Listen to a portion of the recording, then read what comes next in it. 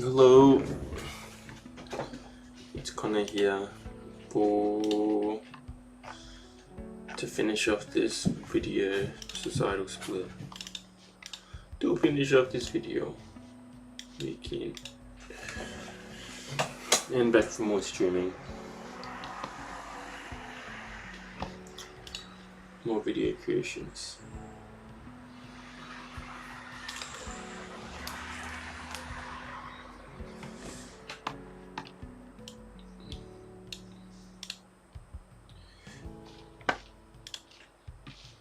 Now,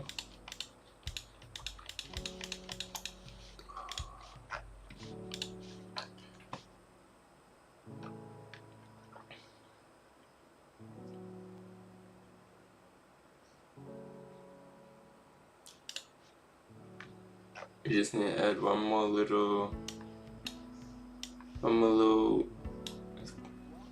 note box for the last little part, people are people, and then we're good to go, good to finish off.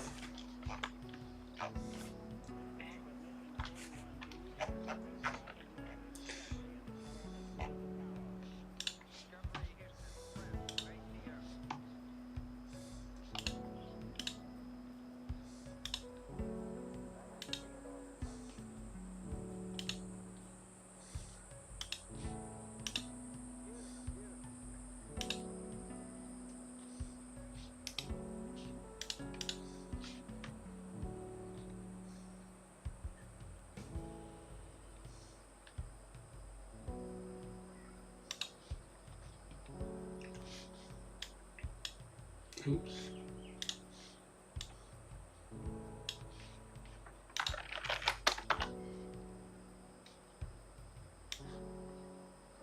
Ooh.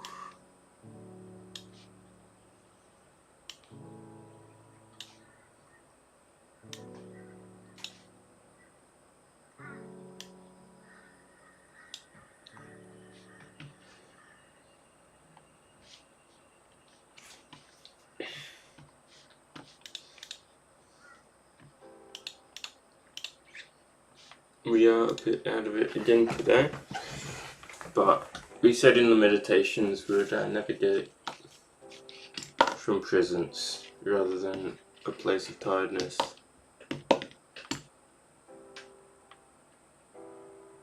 But yes, still very cooked. And we are navigating from presence, which is awesome. But just a heads up, presence is telling us that we don't feel like rambling for an extended amount of time on a continuous basis. But who knows if that changes with time. That's the cool thing about the present, is that it just keeps flowing on and our attitudes change within it at all points of time.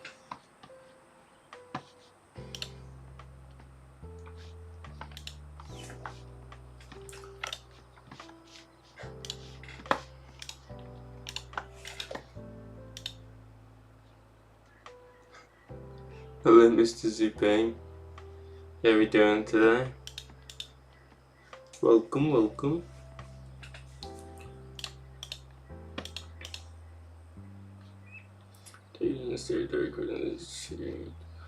So I don't even fully agree with this anymore. What's GFGD? What's GFGD? Yes, I'm good. For some reason my head's still cloudy as, but that's okay. I don't know if you heard what we just said, but we meditated this morning, which was awesome. And our meditation just told us to just be with the moment, no matter how you feel in the moment. So that's the goal.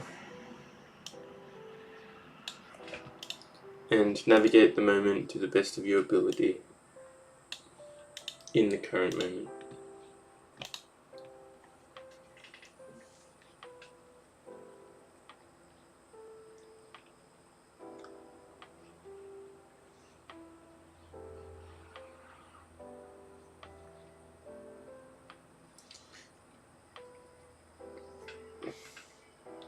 Yeah, I'd probably reframe all of this if I was to go back and do it again.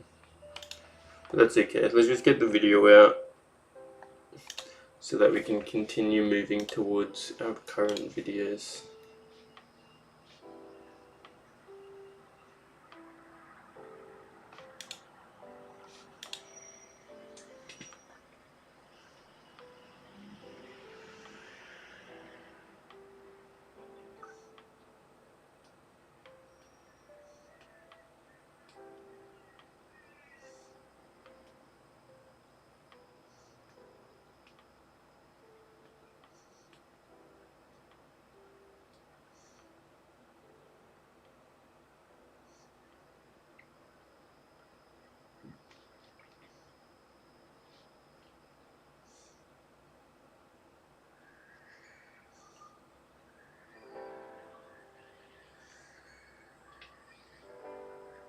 Yeah, we'll add it in, but could have even removed that part, honestly.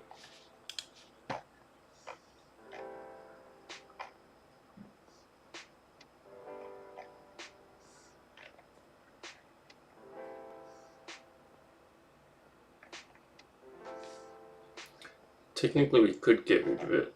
We'll see what's actually said there. In the left corner. Is it bad? Yeah, we're playing around with a few things. What's better, the right corner or the left corner?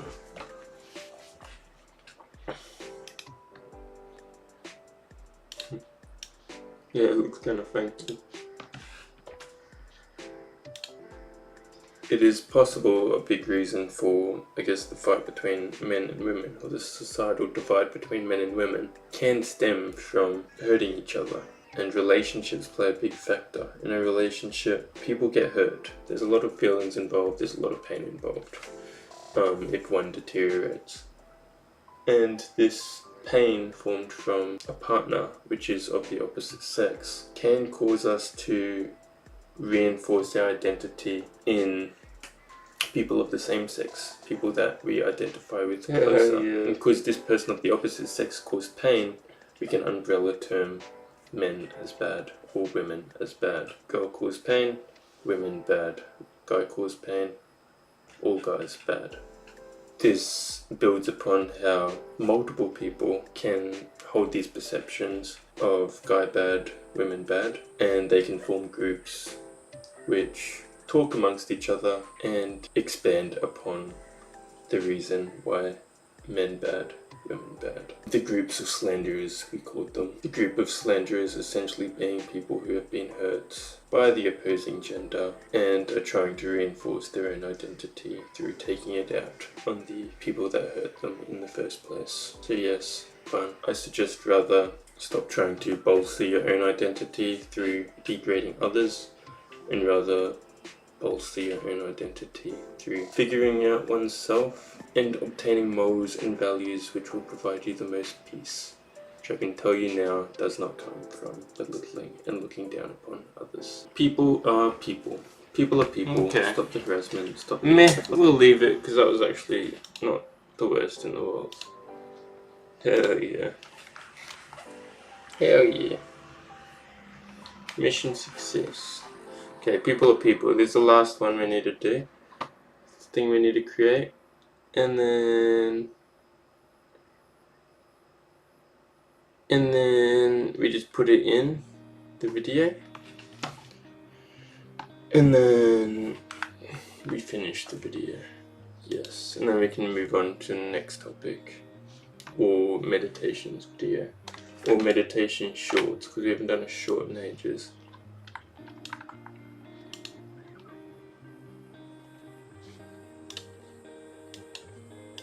People are people.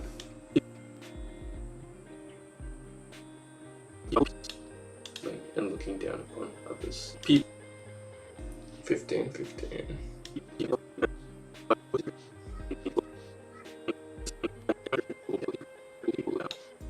For all others. People.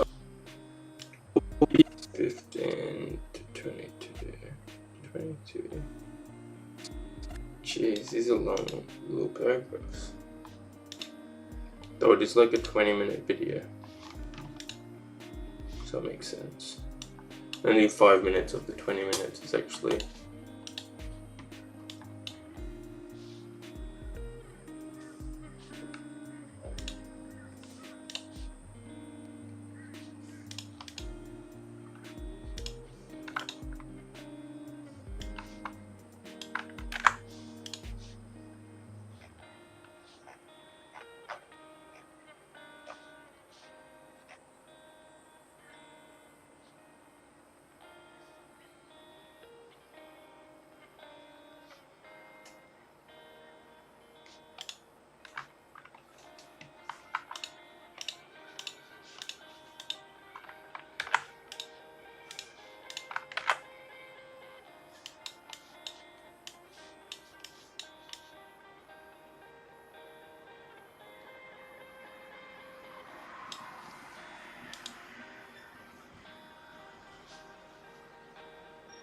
whoa.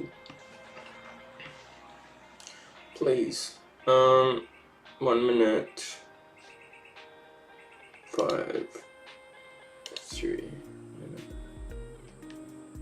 1 minute and 8 seconds.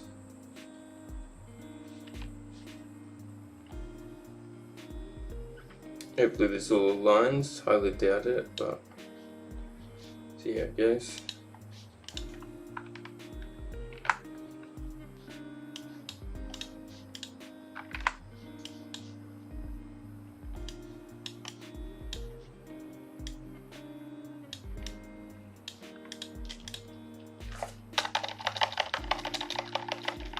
Apparently Shawnee's meant to be here today as well. That'll be interesting. And we didn't start the retard channel yet. I mean, I guess we have started it, but we didn't indulge in it. We're still not sure if that's what we want to do or not, so see what happens. Might even just be a recording type thing. But essentially we did have thoughts this morning that we wanna a live playlist. What was the live playlist?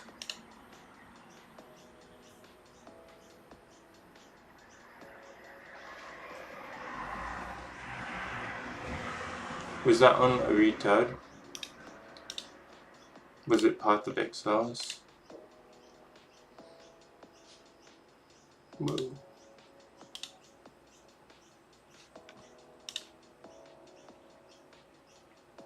Ah, what is this? Why is there a video on it? Live stream offline. Okay. It wasn't really meant to be a live stream playlist.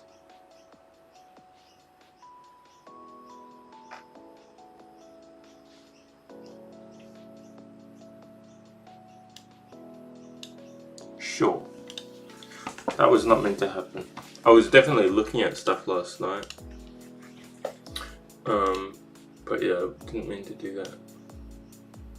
I don't even know if we'll go through with it. I'm not sure if we'll make it or not. It could even just be recording.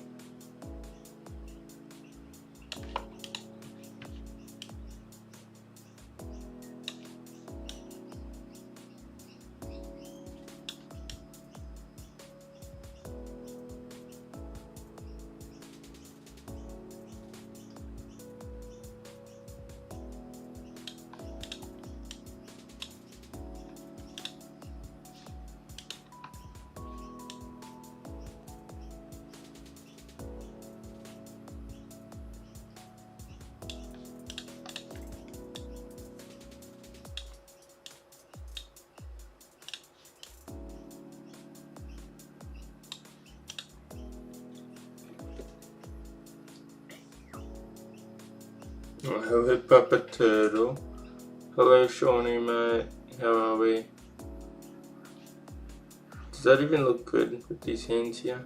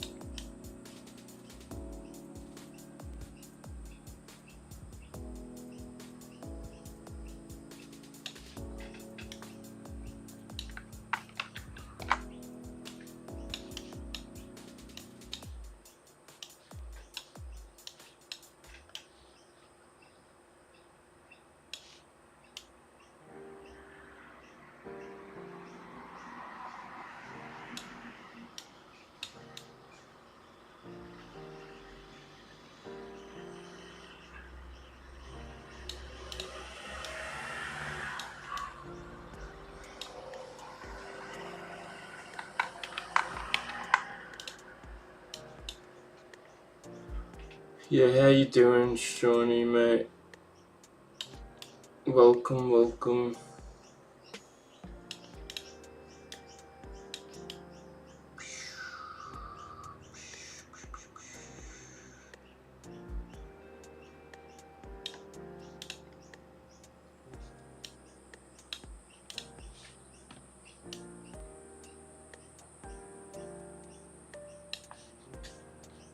Yeah, screw it, we'll leave it like that.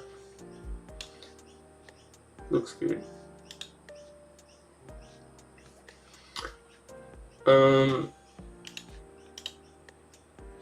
Wonderful.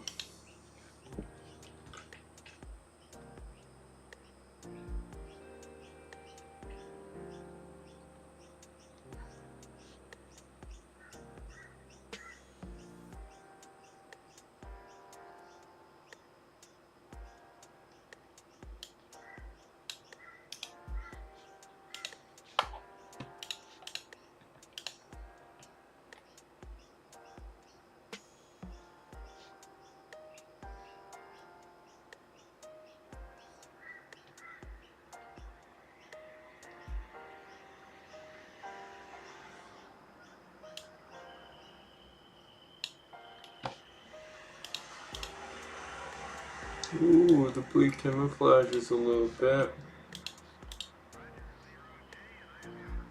And Sean's gone walkabout straight away. Back to a business call.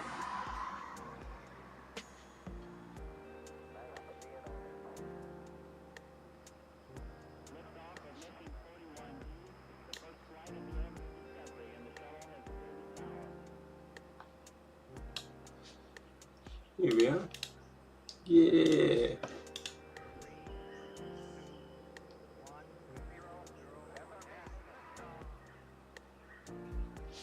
Nice. Yeah. Let's download this.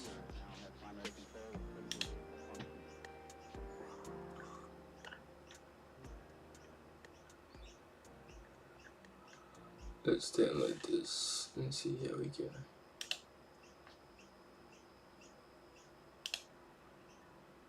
People are people. Then hopefully we can put it all into one thing and the video is complete. And then bang. Bang. Then onto the new topic. Or onto the meditations. Onto the next thing.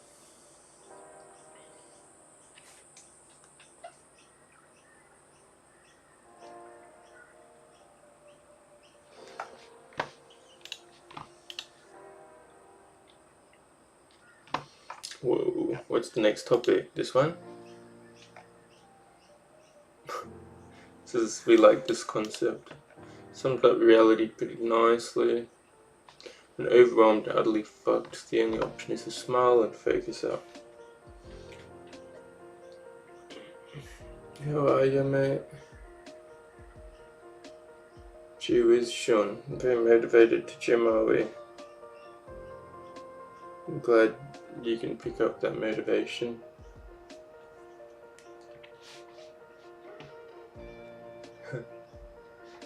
Yeah, this is probably our next topic after this one's finished. Yeah, smile and focus up. That's essentially the only way forward. Succumbing to the pressure can either plunge you into a pit of doom, procrastination, or break you to the point of enlightenment. When you strive with motivation towards change and progress in completing the task at hand, fuck, sometimes you look at where you are and what's ahead, and you think, well, I'm fucked. Common phenomenon as the journey never stops. It is a bit like that. I swear the journey just never stops. It doesn't stop. When does it stop, man? It stops when you allow it to stop in your mind, when there is no journey. When the only journey is the one that you see before you, in the moment that you're in. Cooked. Always progress to be made and tasks which need your attention. We always feel that we are not where we're supposed to be. This fuckage. It's a crazy topic. It stops when you poo and the baby comes out. True, that would certainly stop reality for a second. Ruin bears down and workload will fuck up, so distract ourselves, we love distract, yep.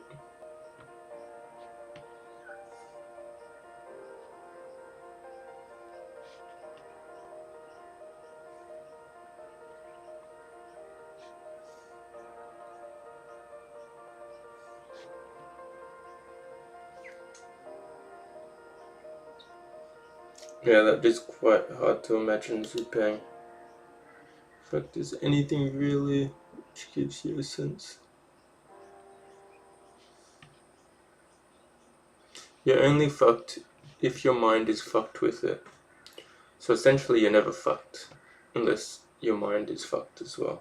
Then you're both fucked. Then you're fully fucked. But if you can control your mind, then you'll never be fully fucked. Forgive the French. Best to look at them, laugh and focus up to situate. Yeah, it's a good little simple topic. You kinda like it. Toothbrush in the bum.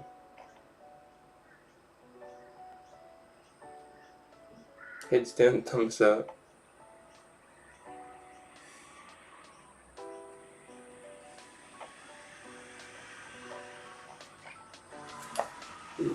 Do sit, note all the adversities confronting your mind and chocolate the thought.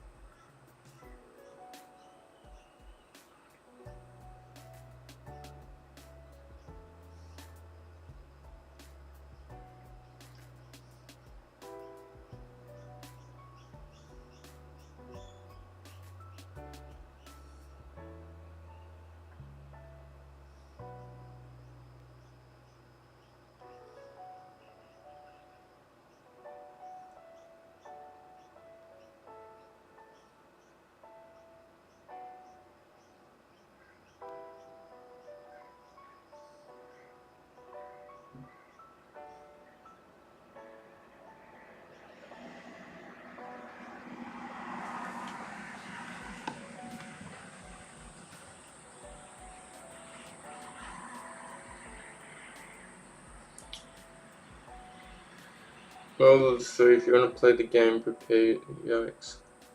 I don't even know what's happening. Don't vertical, yeah, it's no gig.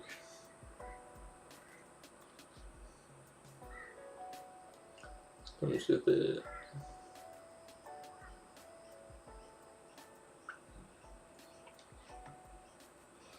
Then it goes, time will pass. That's a good one.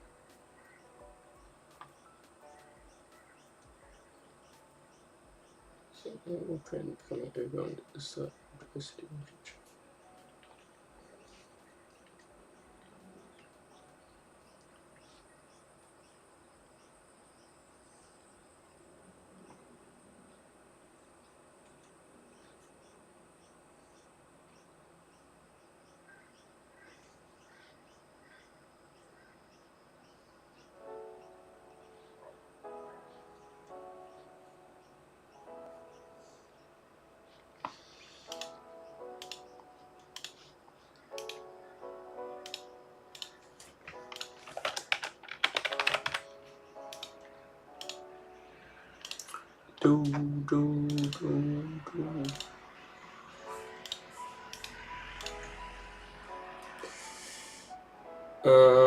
You played last week, that's how I know about it. No, I haven't played any thumbs down, heads up, heads down, bums up. I haven't played any heads down, bums up my whole life actually, so I don't know who you're looking at, but you're probably fingering someone else's bum, Shawnee.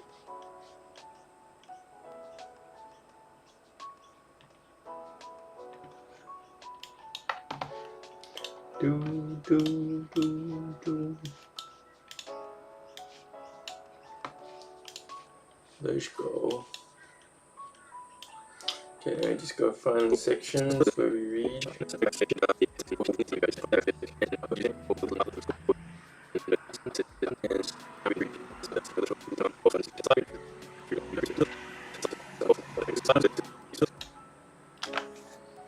He's a heavy addict. No, no. I don't play these childish games. Oof.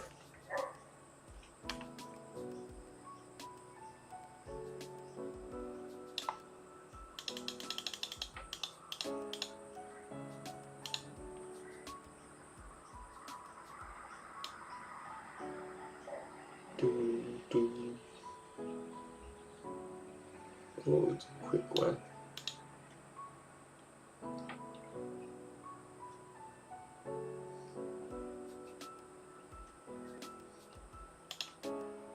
Oh, it's actually done for ages.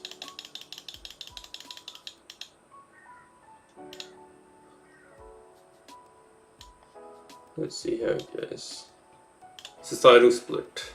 Societal split speaks of the ever-increasing divide between people and groups within society. This goes up straight away. I'm definitely not a heavy addict for it.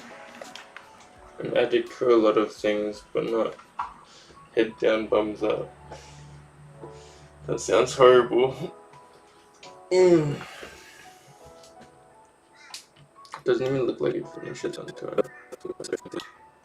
For society, rather than just causing further societal split.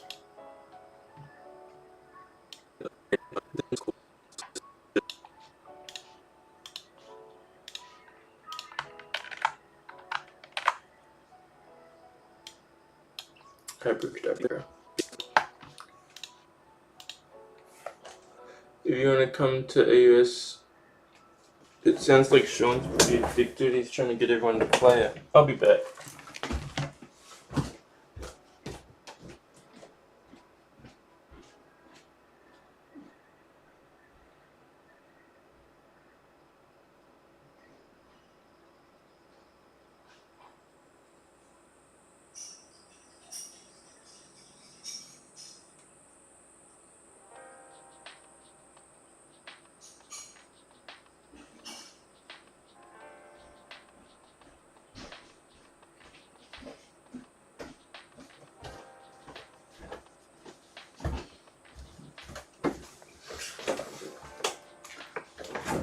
Let's see if there are any exchange programs. Yeah, there's a lot of books.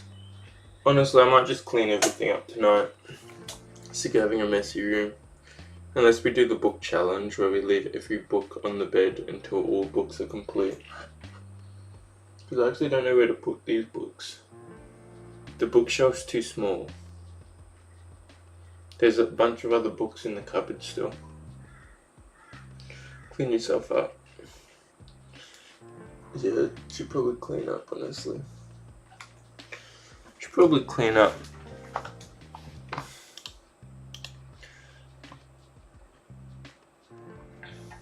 A housework slave. Yes. Housework slave. We'll get Shawnee to be the housework slave. Papa Turtle can do that.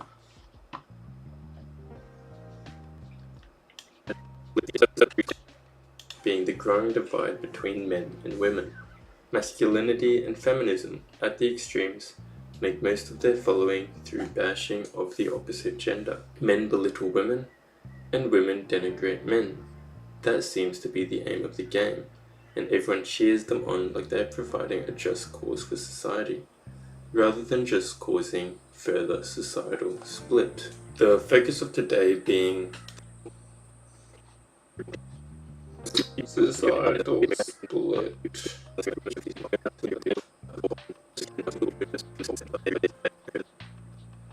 Yeah, we need less jibber jabber time in future videos.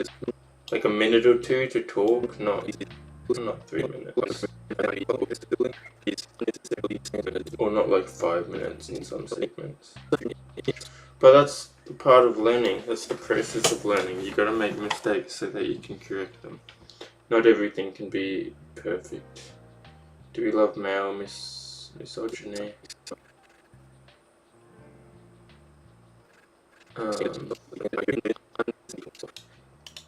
forget which one's which, honestly. Who even pays attention to that? Does it help bolster your sense of self, Sean?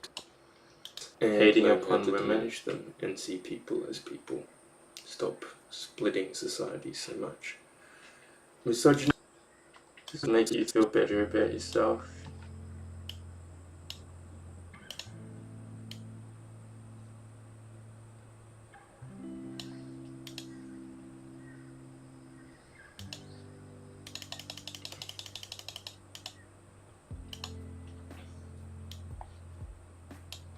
Let's see how that goes.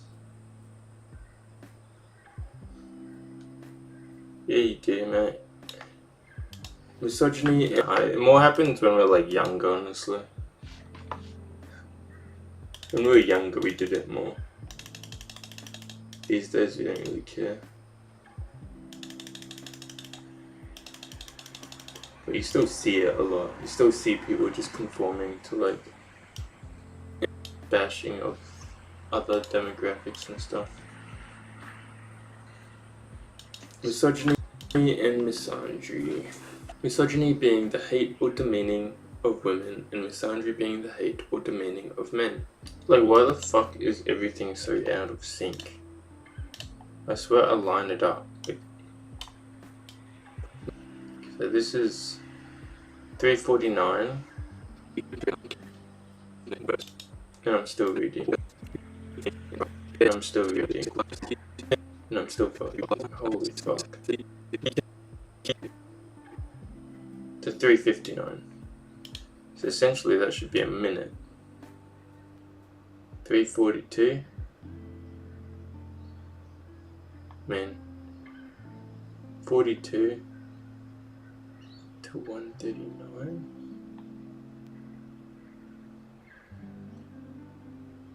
Two seconds off.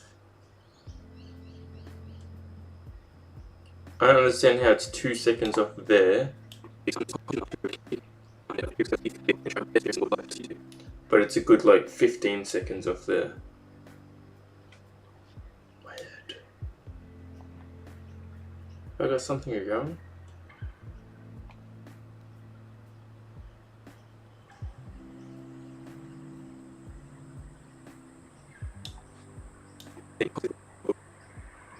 This is 59. 59. Yeah, we're 10 seconds off. That's the problem.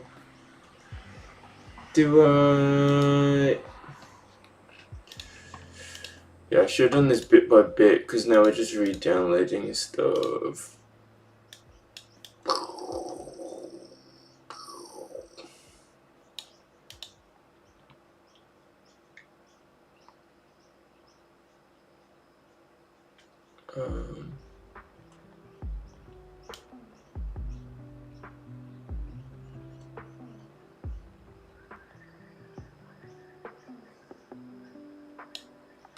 Voila.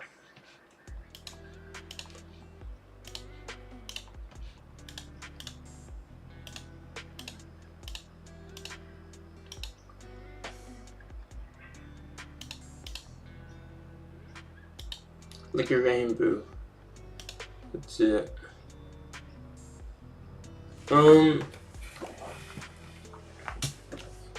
Yeah, I tried to answer this the other day and it was like 10 different colors, so we like a lot of different colors. We like blue, red, black, green, purple. Yeah, we'll leave it at those colors. They sound pretty cool. Red. Just red. Sean's lame. Sean probably decided red was his favorite color at like 2 years old and just stuck with it because his brain can't think of anything else.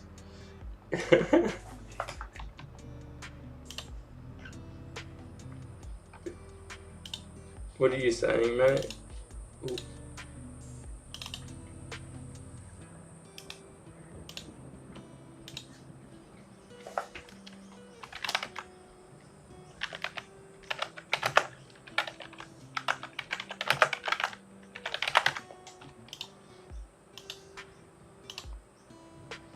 Okay, please align. This should link up even better than the last one. Ooh, look at that. Misogyny and misandry. Misogyny being the hate or demeaning of women, and misandry being Loves the a rainbow flag flag. of men. Both are useless, The and no brain one is is around certainly to a either of them. unique Do not experience. fall. I'm sure everyone's brain's quite the unique experience. Yeah, what's in your mind, Shawnee? What Deformity thoughts of hating or belittling been people conjuring? based on the demographic they possess. This is not referring to little exchanges of banter with no aim to hurt, but rather the intent to degrade or humiliate other individuals based on your listened to or identified with perception of the entire demographic. If one of a few people of the demographic have caused harm, know that all are not the same. If for popularity or comedic factors, understand how it impacts others in society. Know the difference between banter and prejudice. Figure out your actual beliefs around the others who navigate this world with us, and be conscious enough to recognize you are no better nor worse than any other individual who walks this earth. We all think, feel, and try our best to figure out this thing called life, just as you do. We can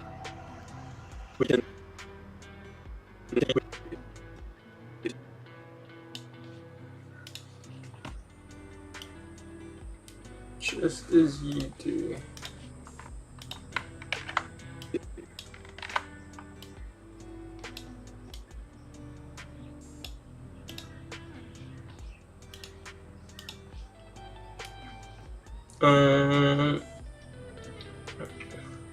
beyond your comprehension with your little thing. Can't tell you that, Zoo. It's my experience, not yours. Wow. Consent is important. Know the difference between banter and prejudice. Please elaborate. Yeah. And it's the knowing of the difference dependent on the individual's interpretation. Probably. Banter is essentially joking with people. So banter's like, I didn't banter with Shawnee by insulting him, but not actually insulting him, because we both know it's a joke, so it's banter. But, prejudice, I guess, is discriminating against others, or taking things out on others, or putting others down, like attacking others in a sense, from a place of actual disliking to that opposing person, rather than just joking with them.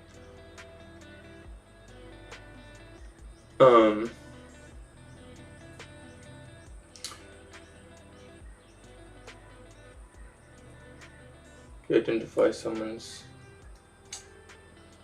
Answer your first question. Individual's interpretation. Yeah, prejudice and banter can be up to an individual's interpretation, but it's also up to both individual interpretations. So one person's banter could be another person's prejudice.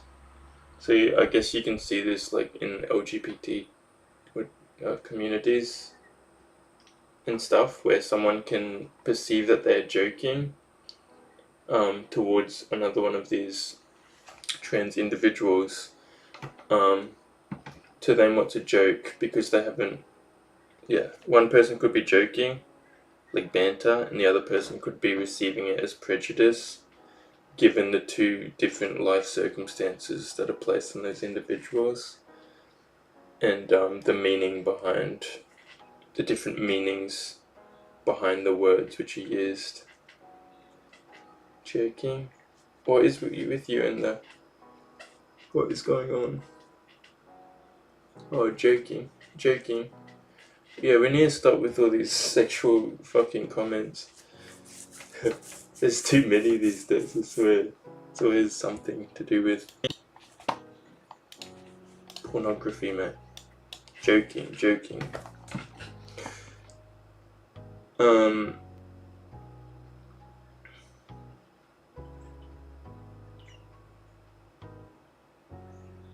Yeah, so it's up to... Well, it's not a fucking sex chat, mate. It's literally psychology and philosophy. But I didn't read it. I just saw jerky and I thought you were going on a tangent again, Sean. So I was like...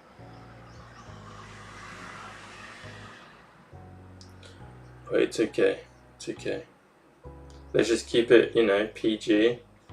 M for swearing, but not MA for sexual content, Let's not ramp it up that far. Let's chill out with all the sexual comments.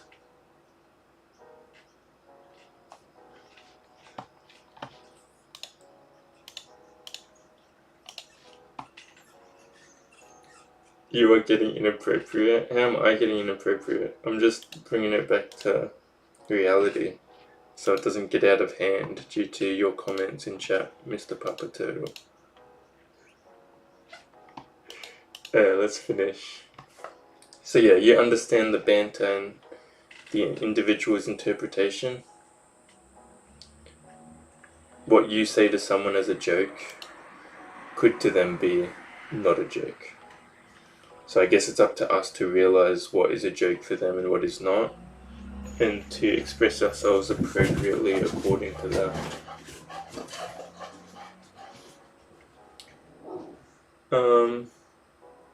And what was the second question? Could you argue someone uses "I'm just joking" as an escape mechanism? If you identify someone's feelings are hurt? Well, yeah, it depends on the individual intention. If someone actually was joking and then they accidentally hurt someone's feelings and they're like, yeah, I'm sorry, I was joking, that could still be offensive for the other individual, because they're like, oh, like, why are you joking about that? But it could just be something that was overlooked by the individual that was joking. Because some like a lot, we don't understand the depths or the extent to what people go through in certain demographics, and what impacts them and why it impacts them to the certain degree it does. So coming from an outside perspective and outside bias, we can easily make comments or do things which offend beyond what we comprehend as offensive, if that makes sense.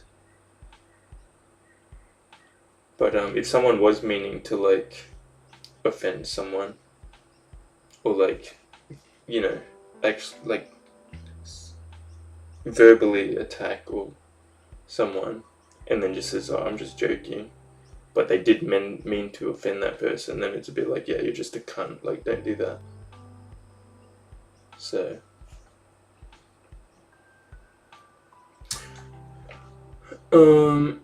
yeah, I guess that depicts the state between prejudice and banter. I guess it is in intention, like you said, Sean, or interpretation. If a person's motives and intentions behind what they're saying and doing is with the intent to hurt another individual, then you're not navigating from a kind place or a kind heart. If it's from a place of banter and a place of joking, and the other people that you're joking with or bantering towards are taking it in that sort of depiction, then yeah, that's all good. Everyone's just messing around.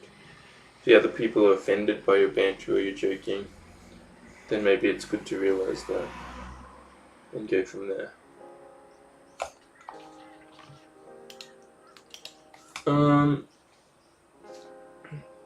Back to topic.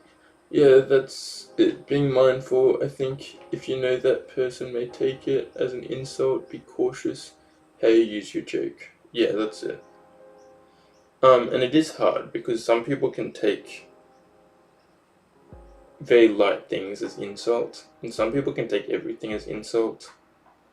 So, yeah, it really depends on who you're with, and some people take nothing as insult. Some people are chill all the way, chill guys, you know? So, yeah, you just gotta understand the person you're talking with, and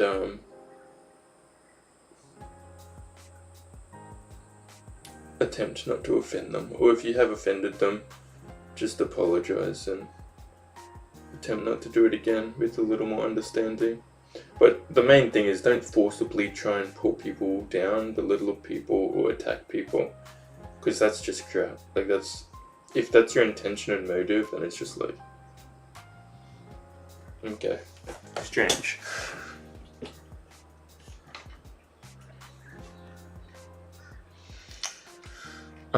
I can see it happening if someone's like attacked you or like made you feel like crap before as well, and that's what we talk about in the future parts of the video as well.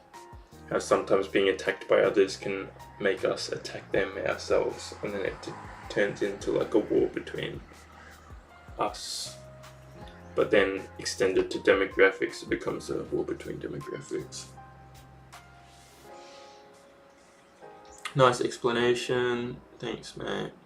Intention behind your words is what truly matters. Yeah, intention and motive behind everything which you do is like, that's kind of what truly matters, all honesty.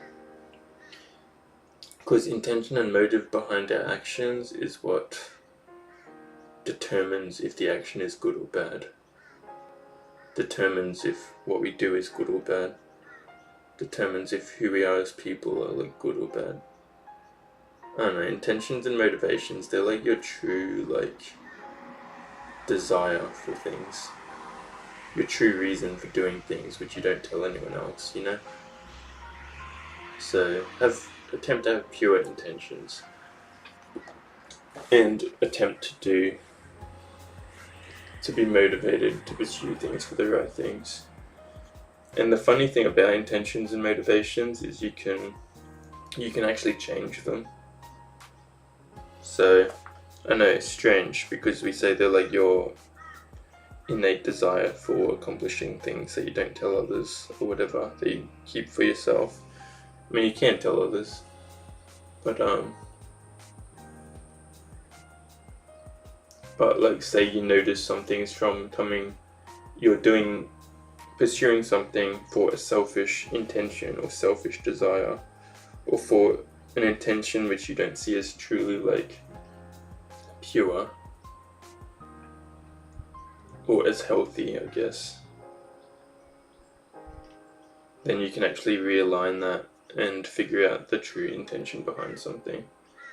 An easy example is ponder, just because I've thought about it, is like intention for pursuing ponder. Do you want it to be based on money, fame, popularity, stuff like that? Or do you want it to be based off helping people and building community where everyone can look after one another? So simple stuff like that, you gotta recalibrate your intentions and motivations so that you're doing things from a pure place and not a selfish one. Fun. Honestly, it'd be a cool little topic on intention, motivations.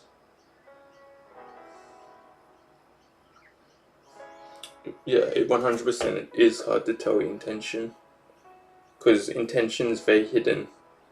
Sometimes we don't even know our own intentions. We have to truly like ask ourselves, what's our intention for actually doing this? What's our motivation behind this work which we pursue? And then you have to align it with a pure motive, and then you have to reinforce it by reminding yourself of that motive and intention.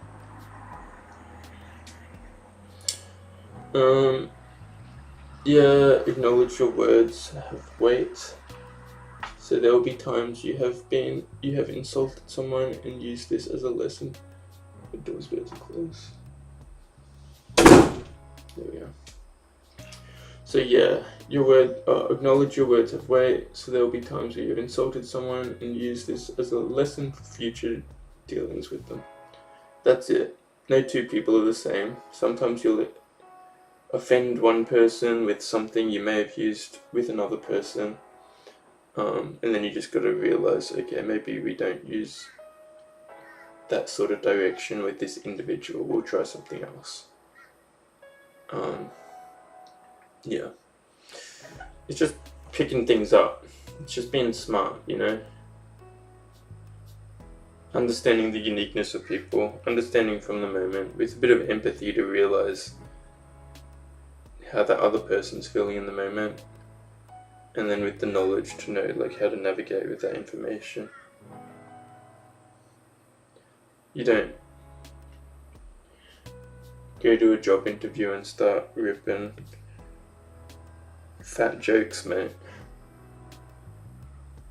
because that employee is pretty much your boss, and they can get offended if some little fella that's rocked up has started pulling out jokes out of nowhere. But everyone's different.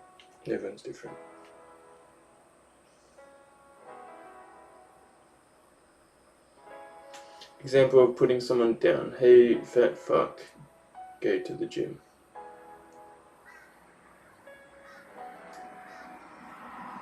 Yes, that could certainly be putting someone down, given you're insulting them. You can probably tell them to go gym in a nicer way.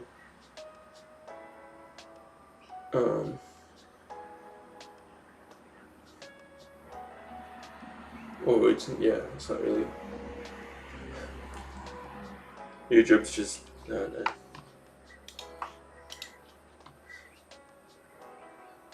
Example of a more effective example of words is, hey mate, did you want to come to the gym with me one time?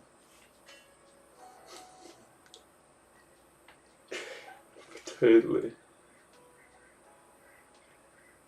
Yeah, very cool, Sean. You're picking it all up.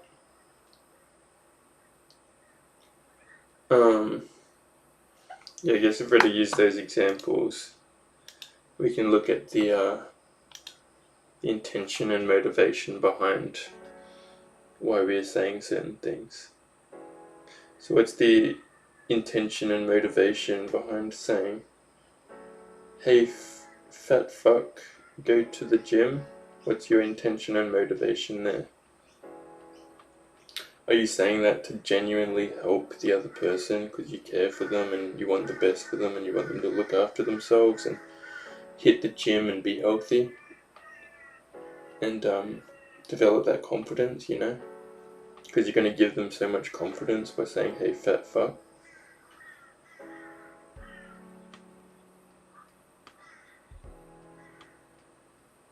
Well, yeah, that's why I'm asking it back to you, mate.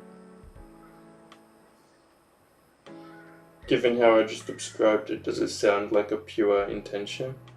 Or is that sarcasm?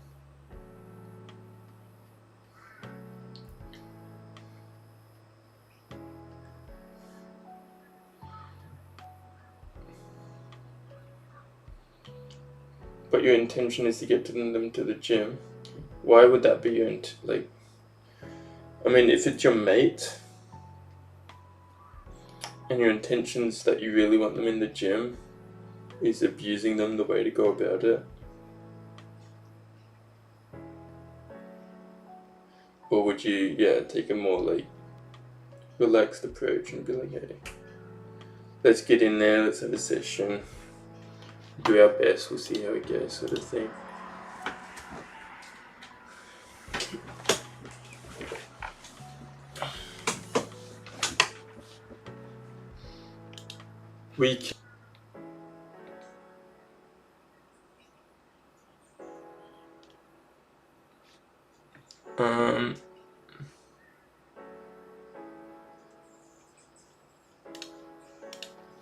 To an extent, depends on the person, I guess. but I would say for like 90% of people, probably more, it wouldn't work. Because if your goal is to boost their confidence or like boost their sense of self, then abusing that sense of self is the worst start you could possibly do.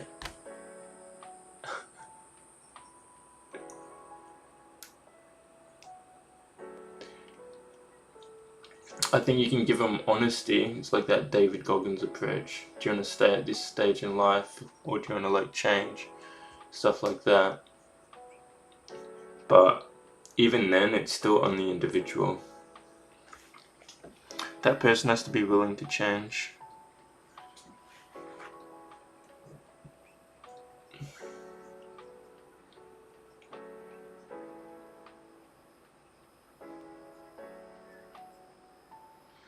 But no, I don't think it's your job to get someone to the gym. For what? I mean, it is good to get someone to the gym. But I don't think the harshness approach works on that many people. I reckon you got to be straight up, but I reckon going in with I reckon one, that intention is not pure. I don't think you can. I mean, it can be.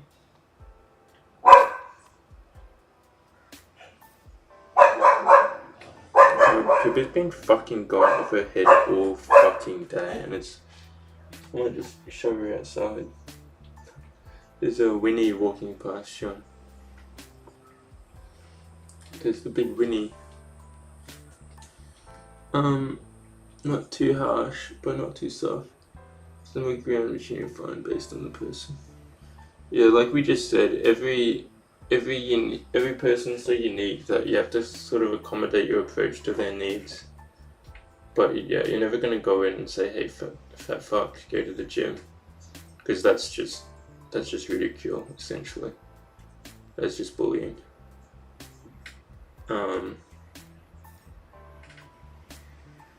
No, it's too late. It's gone. No, yeah, it's unique to individuals. Every individual is so unique. You understand in psychology, like every individual is so unique that you're not really solving a problem from your perspective. You're more so solving a problem from their perspective. That's why you have to ask so many conversations. I mean, so I'm out of it. That's why you have to ask so many questions about what actually happened, how the person felt, like their feelings, not yours. The thoughts that were going through that person's mind at the time, their thoughts, not yours. You have to essentially understand situations completely from their perspective and be able to empathize and become that person, their thoughts, their feelings, their situation before them. Be able to see that and feel that with enough empathy that you understand it. Best combos coming out. You love it when we're out of it. Gee whiz.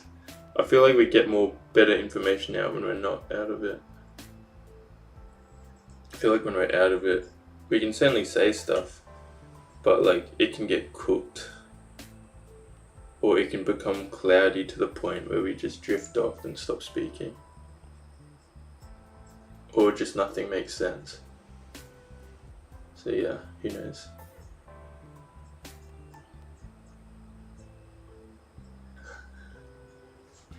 I appreciate that, Sean. You really lightened up my day. Well, the meditation this morning was essentially that. I mean, it went through the repeated cycle again, which we need to stop doing.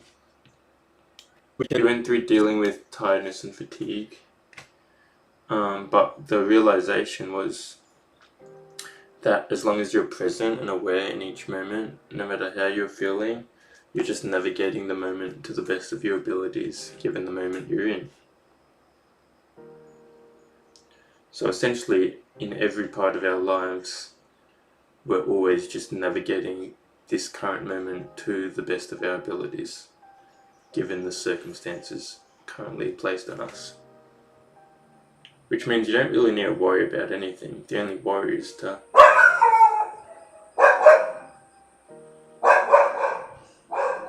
navigate from present state, from awareness continuously, to the best of our abilities, no matter what that state is. Yeah, I might just put her out for a bit.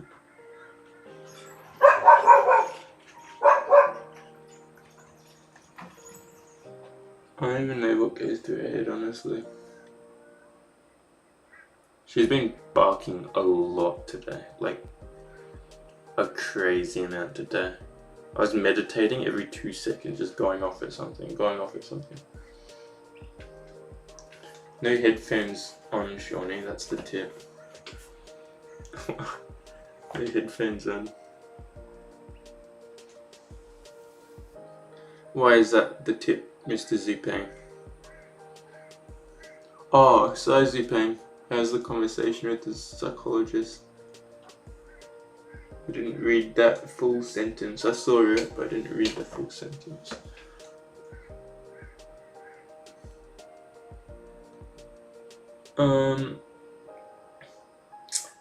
Yeah, I haven't actually spoken to him since. He wants to meet up, but he lives an hour away and I don't have a car, so we'll have to wait till we get a car. Yeah, we got a lot to sort out. We need a phone, a car, and more brain power, or more stable brain power, which we just noted was from navigating the present. But we have thought of, I think last week we were very much into it before the weekend. We were very much like, okay, let's pursue healthier lifestyle. But we knew the rave was coming, so we knew we couldn't yet. And then yeah, the weekend was the same as previous weekends and just smashing stuff. So now, but our mind's like, yeah, we should probably start pursuing healthier lifestyle again. Because how are we ever going to get to a consistent 10 to 6 wake up if each weekend we go to bed at like 2 to 4 in the morning over the weekend? Then we come back to Monday and we're trying to get up at 6 again. It's just not going to happen because we've completely thrown up our sleeping schedule. So it would be nice to just be more consistent. I know I've been saying it a lot lately. We just need to actually get there and do it. So my bad. Okay, let's keep going with this. Most importantly, need a brain, baboon brain. Cheers. I guess because the barks are louder if you wear a pair of headphones. The barks are louder. Oh, okay. No more headphones, Shawnee. They won't be as loud. To the words you speak, yeah, it was your bad wake up, bro.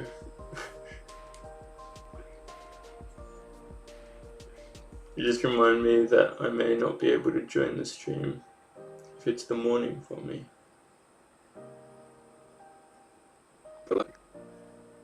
Yeah,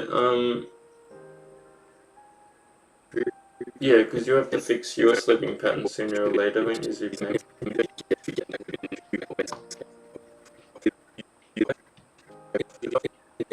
Well, the goal is to start streaming earlier. Technically, we're meant to stream like 2 hours earlier than we have been.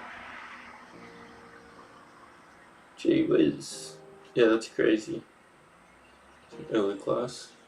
Not too bad.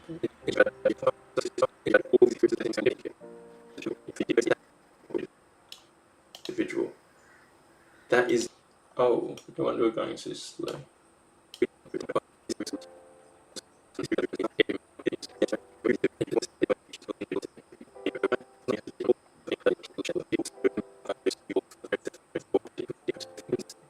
Yeah, this is what I mean. We're talking about ages.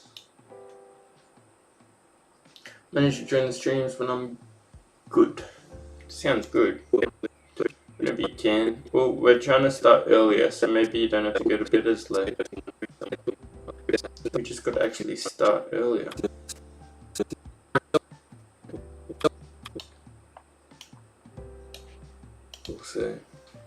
Self-righteousness.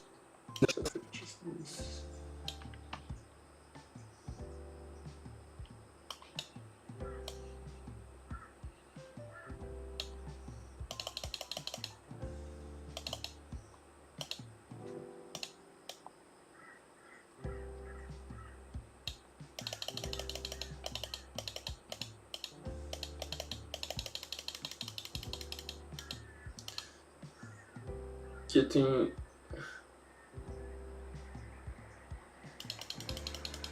what speed up? What speed up are you referring to?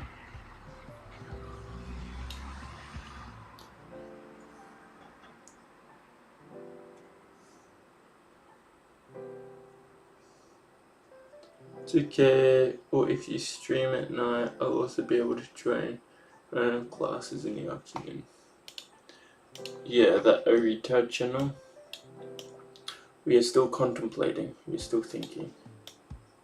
Could be fun.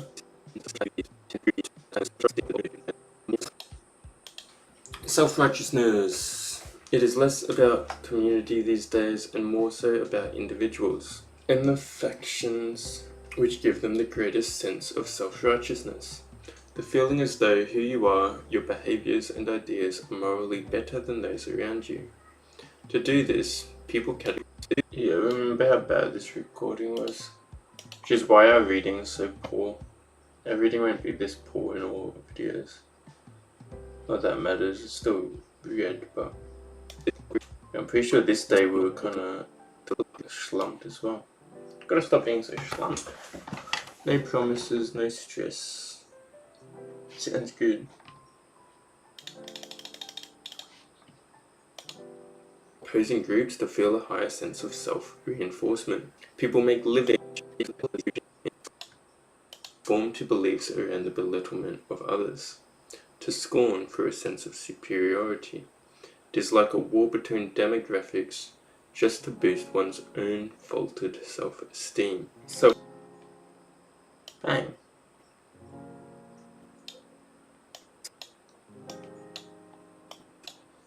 Just to boost one's own faltered self-esteem. Self-righteousness adds to... Nice.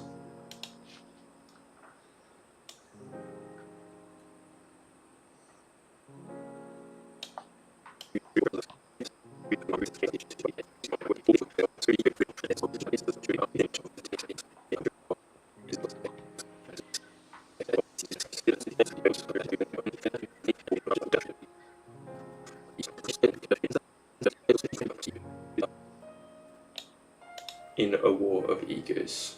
Fun. Impact of relationship.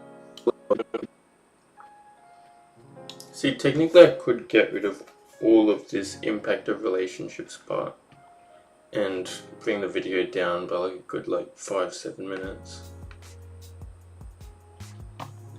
But why don't we just add it because it's already done. Like we said, it's an early video with this new concept. Mistakes have to happen. It's not all gonna be perfect, is it?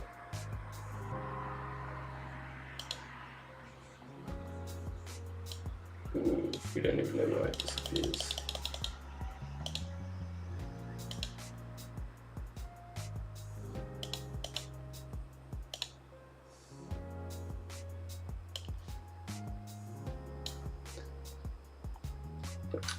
Everything is somehow interconnected. Wow. Can you explain that to us, Lupin? Impact of relationships. Relationships end. Please explain this interconnectedness of the world. And people get hurt. It makes sense that people take it out on the stereotype which caused them this pain. Even hookup culture, people begin to occur in everyday life, and people being slandered build resentment and fight back. Yay, societal divide. It is more about the topics. Yeah, you can literally mean everything, honestly. the world except doggers.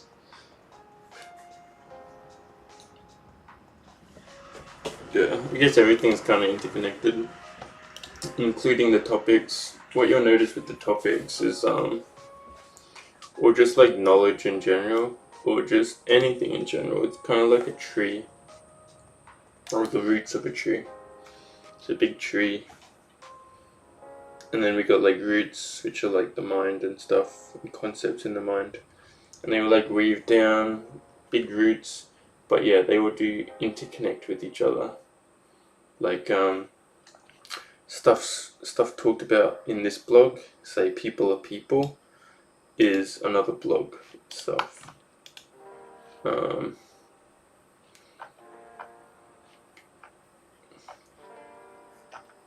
Yeah, we got people are people here, which is interconnected to that.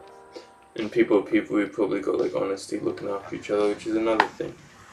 And then we got another thing. Then we got all sorts of things. And then like narratives. Narratives connects to it can connect to masking through perception. It can connect to the loop of hell through narratives. It can connect to fact.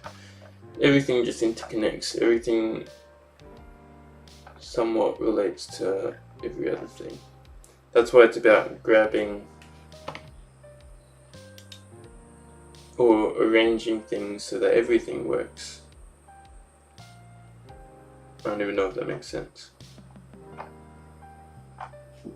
I guess building an arsenal of dealing with all underlying features which inhabit us.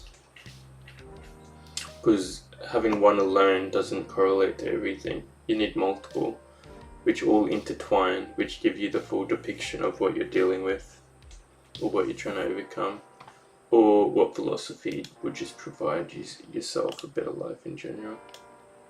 Nice.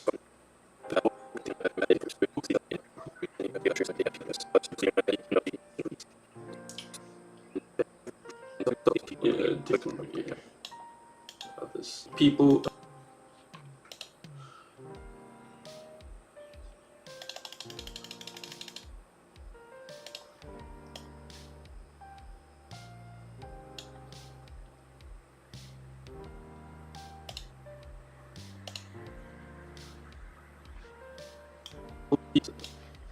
People.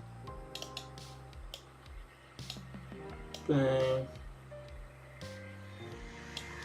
Down on others. People are people. People are people. Stop the harassment. Stop the insults. Stop belittling and misdemeaning each other. People have so much self-interest these days that they happily accuse everyone else's perceived wrongdoings, but fail to acknowledge their own. Have respect for each other. Now like speed reading apparently. That's okay.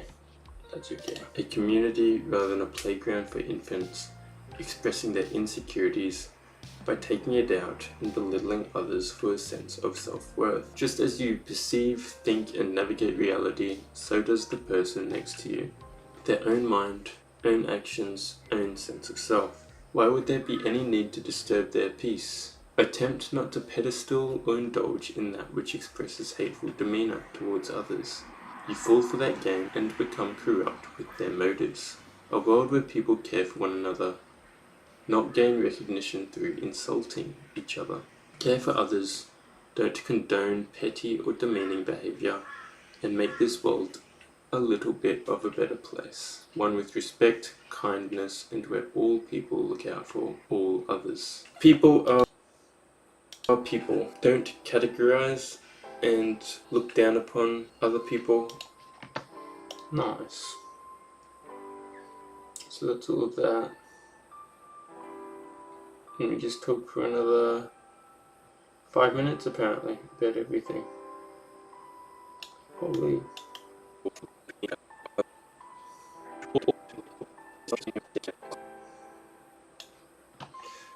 Gee whiz.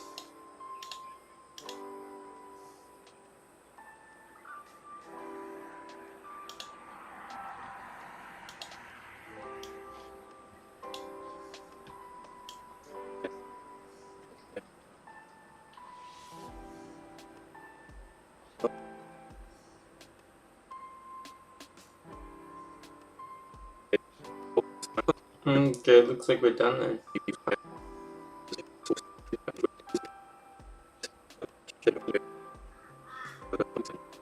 Sure.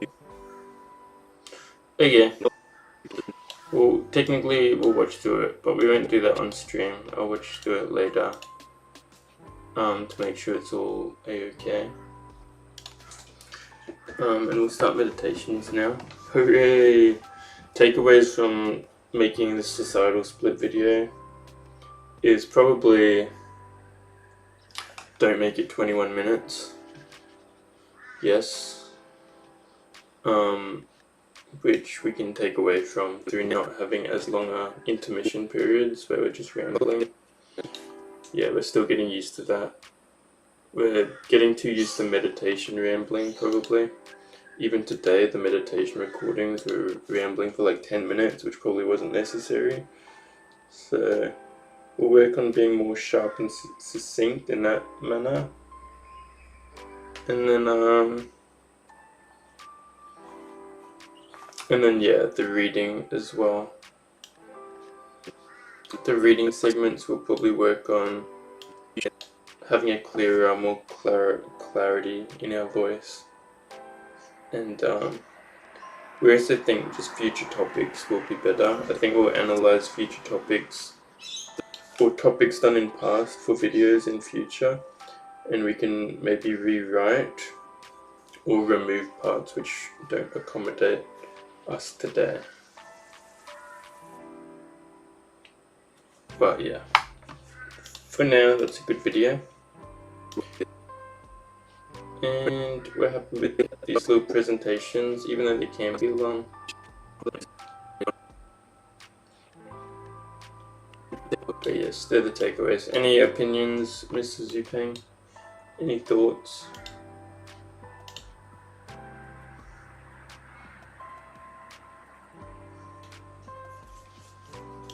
Societal split.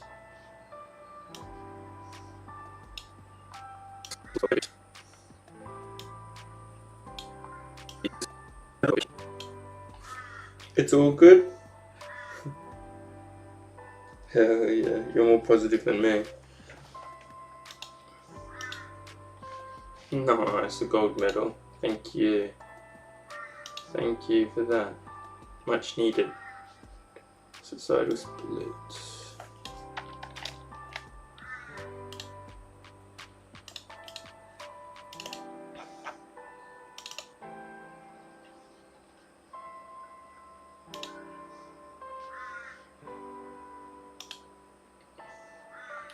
Give me 2 seconds, go to the bathroom, and I'll be back.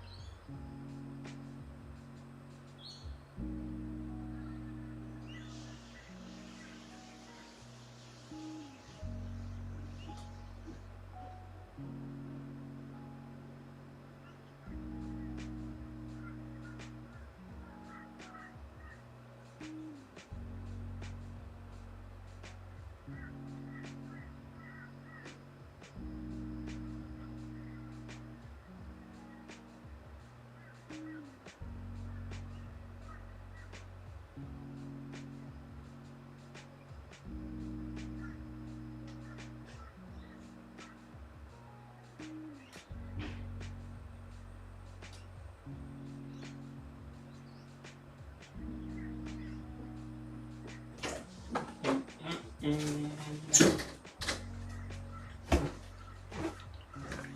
back.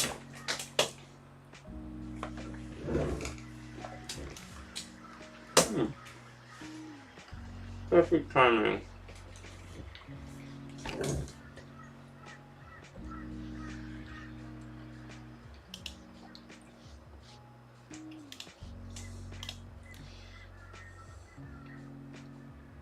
Well, we thought we might, thank you, Zupang.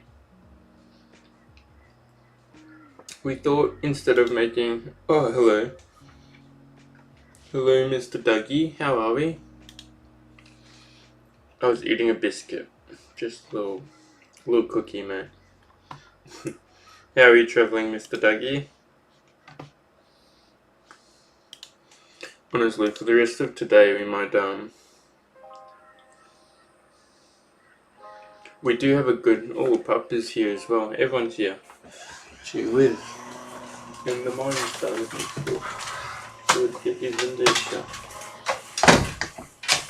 We'll sacrifice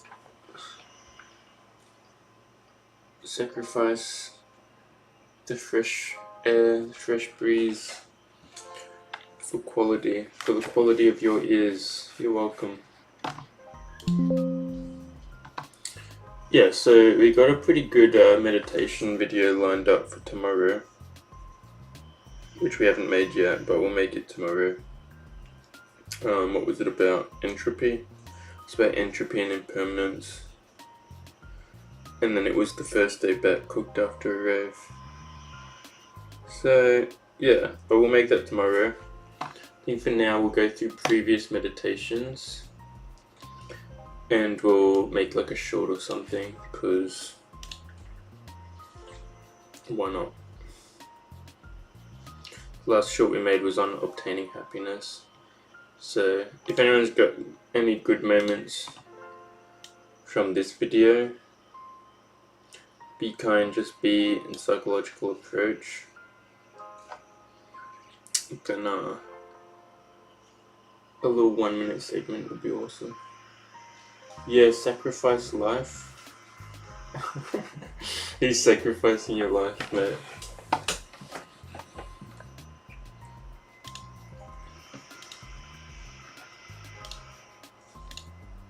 For day 59 of meditation.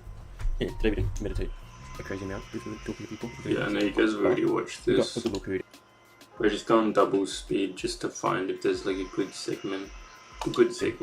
And through that session, A good 1 minute to watch. You need to for the channel. Sacrifice life. Essentially, yeah. The life needs to be fully dedicated to the channel, man. No, not necessarily. Is anything in life truly sacrifice? Or is it just indulging in one thing over another, man? and through reading as well, we recognized, I guess it was displayed of the generative team in this book I was reading. How can we sacrifice something which we cannot see, mate? Or we've never had. Say you're sacrificing a certain life you could live for one that you are not living, then is it still a sacrifice if you never lived it? Are you sacrificing like an illusion or a potential which you could have lived? Because you get self-pleasure. What about your gums? Gums are okay. Oh, they were sacrificed? Yeah, but they repair. So they were good. And were they sacrificed?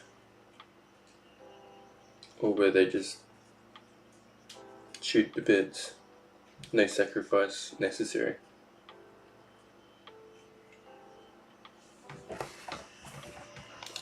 Pretty much like a team isn't built on manipulation, sabotage, and...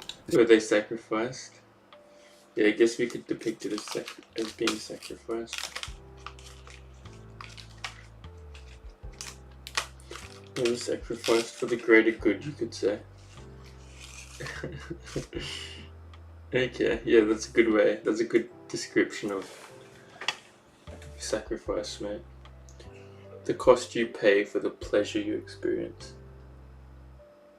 But what about sacrificing the pleasure you experience for the cost you endure?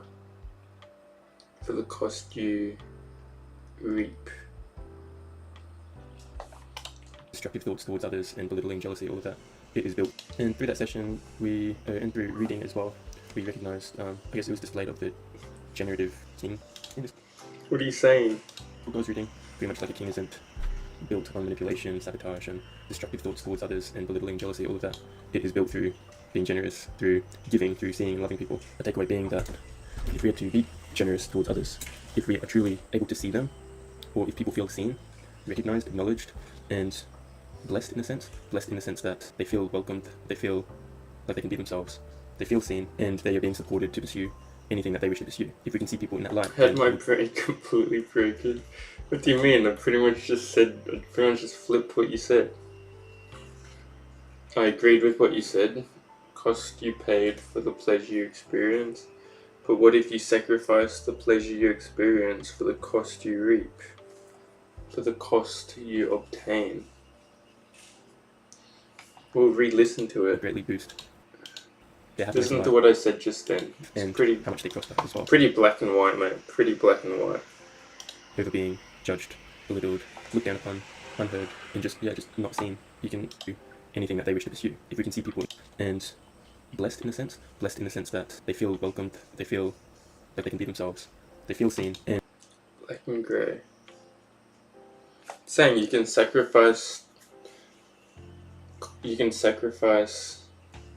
in the sense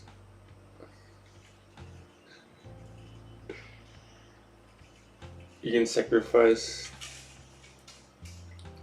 a cost paid, or you can sacrifice a pleasure received.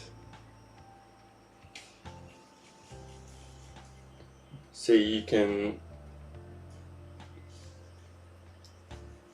receive a pleasure and sacrifice another part of your life, or you can not receive a pleasure, but you sacrifice that pleasure instead to receive benefit in another part of your life.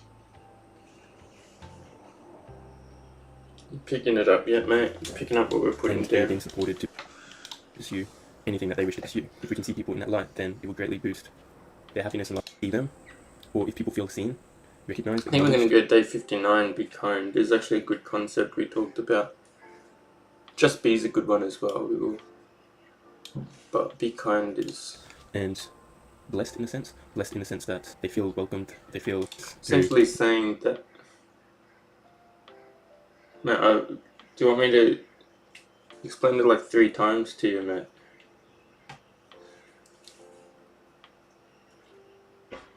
It's pretty straightforward. I'll say it once more. Very simply, like grade 2 standard level, okay? If you're a little grade 2, you could understand this. Okay, so you say that my gums were chewed to bits, they were sacrificed, so that I could experience pleasure. I'm saying that I could have sacrificed this pleasure and not received the pleasure, sacrificing the pleasure so that my gums would not be harmed, so that they would still benefit. As I'm saying, you can sacrifice, say, playing games for 8 hours a day, pleasure, you can sacrifice that to build a business 8 hours a day. So you're sacrificing pleasure to benefit in a different domain. Or you can sacrifice building the business for the pleasure of the day. There's always sacrifices. But what I was saying earlier is, can we even sacrifice something that doesn't exist? it's kind of like we're sacrificing illusions because we've already chosen a path on that day. So the other path is just an illusion which we could have chosen, but it's not really sacrificed because it never existed, did it? Be kind, G. Be kind, bro. Right, makes sense. Just don't know why you said it. Games 1 is better example. We are sacrificing our choice.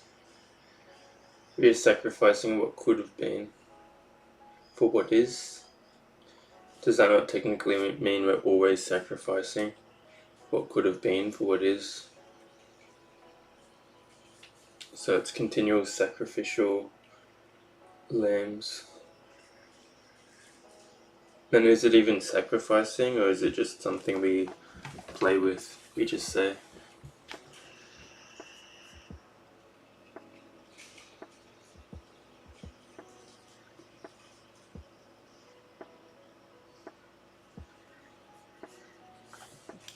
Giving through seeing and loving people. A takeaway being that if we are to be being generous through giving through seeing and loving people. A takeaway being that if we are to be generous towards others, if we are truly able to see them, or if people feel seen, recognized, acknowledged, and blessed in a sense that they feel welcomed, they feel like they can be themselves, they feel seen, and they are being supported to pursue anything that they wish to pursue. If we can see people in that light, then it will greatly boost their happiness in life and how much they prosper as well, over being judged, belittled, looked down upon, unheard, and just not seen. You can see the difference quite clearly. Being seen, being acknowledged, for you personally, it's very welcoming, it's very enlightening. You're very confident in your ability to do things. Whereas the opposite, it's you start building the patterns of thought of unworthiness and beating yourself up and destructive thoughts. So do we really want to give this to people, or would we like to, allow everyone to prosper in a sense? So be generous, be loving, and truly see other individuals. Truly seeing is to be present with them, to listen to them. That's good. That is very good. Up and destructive thoughts. So do we really want to give this to people, or would we like to, allow everyone to prosper in a sense? So be generous. Where does that start? If we are truly able to see them, or if people feel seen, recognized, acknowledged, and blessed in a sense that they feel welcomed, they feel like they can be themselves, they feel seen, and they are being supported to pursue anything that they wish to pursue. If we can see people in that light, then it will greatly boost their happiness in life and how much they prosper as well, over being judged, belittled, looked down upon, unheard, and just not seen. You can see the difference quite clearly. Being seen, being acknowledged, for you personally, it's very welcoming, it's very enlightening. You're very confident in your ability to do things. Whereas the opposite, it's you start building the patterns of thought of unworthiness and beating yourself up and destructive thoughts. So do we really want to give this to people, or would we like to, allow everyone to prosper in a sense? So be generous, be loving, and truly see other individuals. Truly seeing is to be present with them, to listen to them completely. You want a cup, you have a cup. You don't have a hole in the bottom. That's good. Okay. Let's make a short out of it. For good luck. Yeah, we are continuously making sacrifices daily because you have to always make that decision before anything can happen. True. But maybe it's not sacrifices made, because maybe it doesn't even exist. So I'm saying it doesn't exist. It's all an illusion we play.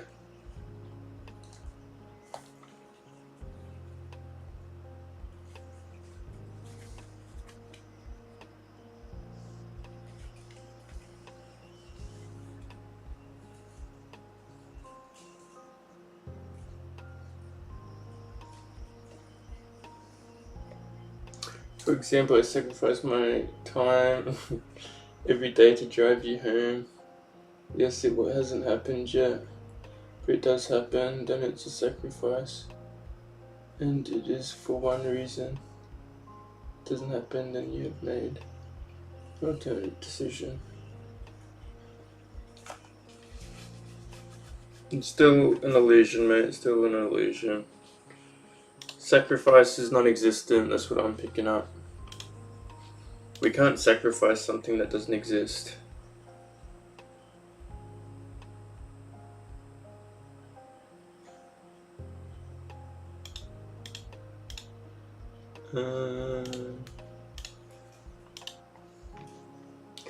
It would be like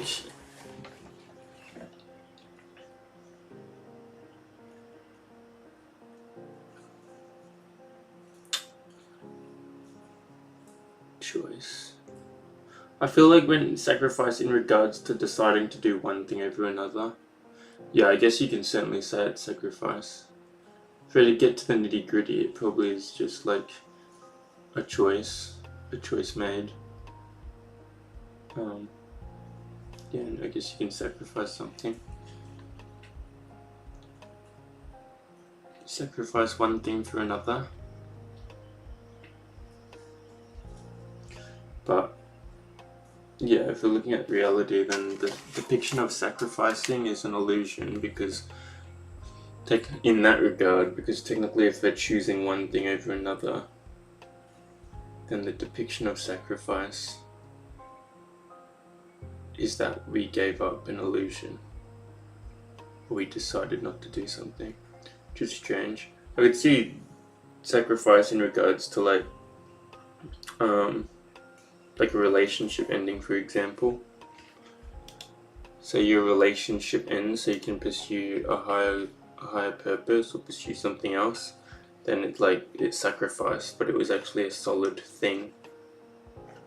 It's actually a physical thing that had to disappear from your life, instead of like an illusionary thing that we sacrificed on the day. But in regards to that, and what you're talking about, it's still like you could choose that person on the day, but instead you're choosing to kind of not see that person anymore and pursue other things each and every day. So that sacrifice is still there. I don't know, probably delving way too much into it. Sacrifice. It is what we say, isn't it? I was just trying to understand more of the essence of it, and if we were playing with illusion or not. Contemplative. I know it complicates things more than it has to, but it's just fun. It's just fun to muck around with.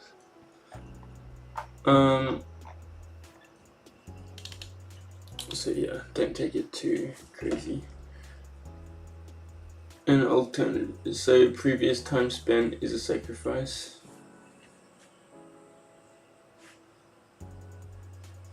Previous time spent.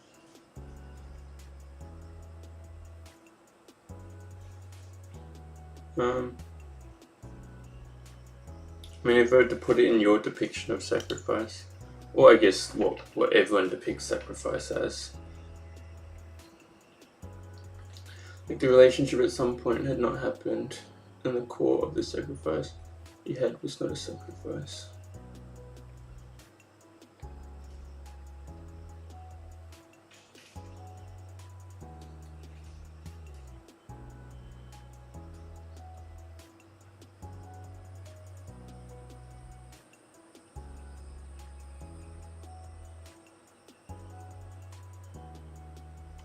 Yeah, I can't really make sense of what you said, Matt.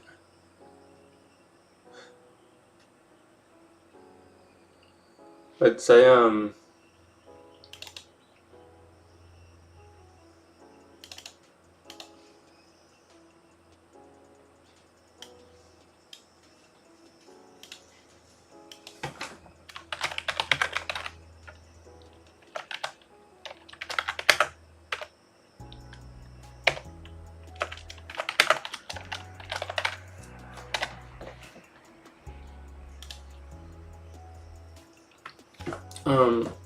was gonna say, I mean, yeah, is choosing a partner or choosing a relationship and choosing to spend time with that, you're sacrificing other parts of your life?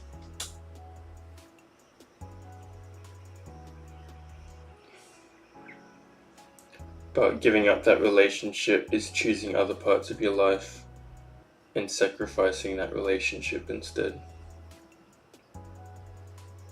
I think I was just complicating sacrifice earlier with placing it as an illusionary thought. But if we're just going with the norms of what we use sacrifice for, then yeah, you sacrifice one thing for the other. But you're choosing at the time of you sacrificing hasn't happened until it happens. So you're choosing what to participate in. And are we sacrificing things that... Can we even... Are we choosing or are we sacrificing? And does choosing result in sacrificing as well? Because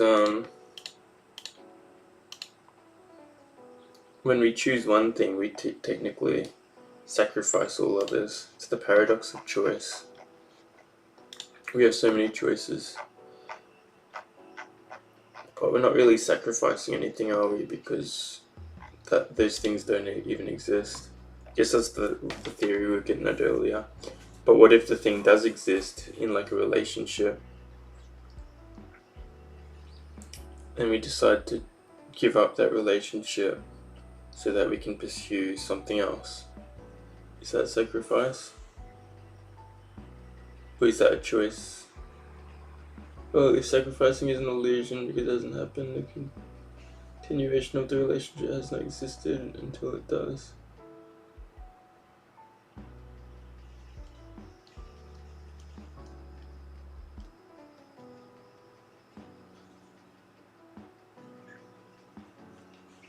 Sacrificing an illusion because it hasn't happened. The continuation of the relationship has not existed until it does.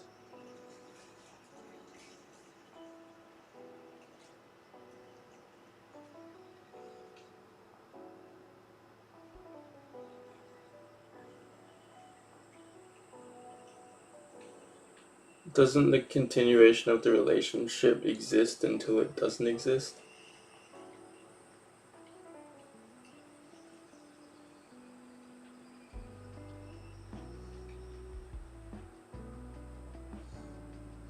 And then in that state of where it doesn't exist no longer, you gave up the existence of that relationship for the pursuit of something else, resulting in sacrifice of something that actually took form and was a part of your life. Rather than say that gaming and working example, rather than sacrificing an illusion to pursue another habit.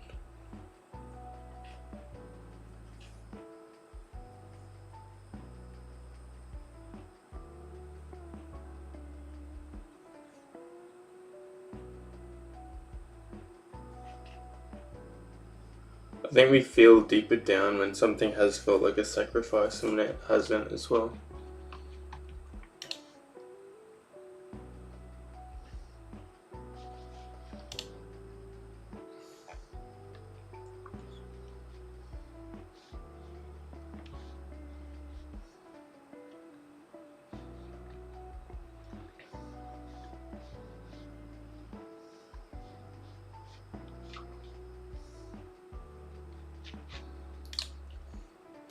I'm saying the sacrifice is once it has happened, but if we use your logic of it was never a sacrifice until it existed, then at some stage the sacrifice had not happened until it had happened.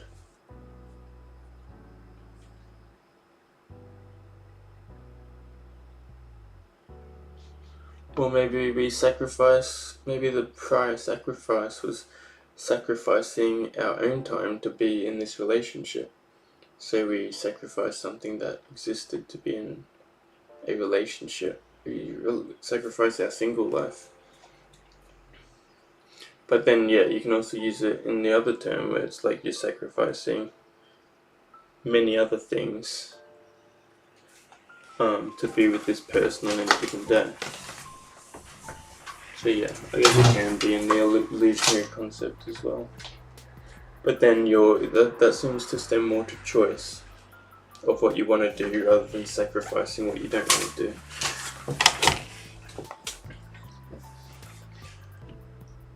But your time was at one stage required a choice to be used before it even happened.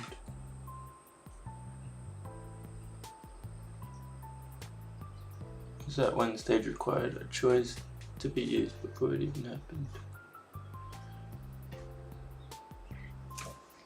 Yeah. Like we can, if we want to, we could navigate everything and just be like, yeah, everything is choice and sacrifice. You choose one thing and sacrifice all others.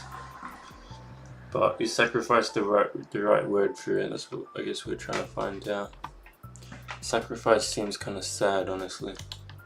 I think the proper term is to like sacrifice something of value for a higher good or a higher purpose or a higher being, like a god. That's why sacrifices were had back in the day, instead of sacrificing something that isn't within our perception, or that doesn't take physical form, for something that we chose to do. I guess that's what we're trying to figure out. The concept of everything is choice and sacrifice is kind of like, yeah, I don't know. I think sacrifice has to have value, maybe value and solidity. Or maybe value emphasized by the individual, which is either choosing it or not choosing it. Say like games for example, if we're going back to the example of choosing business over games or whatever, then the games can be a sacrifice because maybe we really want to play games and we really want to just indulge in some fun, so we're sacrificing that pleasure, that benefit to oneself. I don't know. Or the relationship example, it's sacrifice because it's something that was a deep part of us that we have to like let go. I like sacrifice more in that sense, of like something that's actually like, you gotta let it go and it's gonna hurt. And it's like a proper that feels like a sacrifice, you know? When people talk about sacrifice and like sacrificing human lives or like goats and whatever, it's more than just, oh, I didn't get to pick up a marble because I chose to kick a soccer ball instead, you know? It seems a bit deeper than that.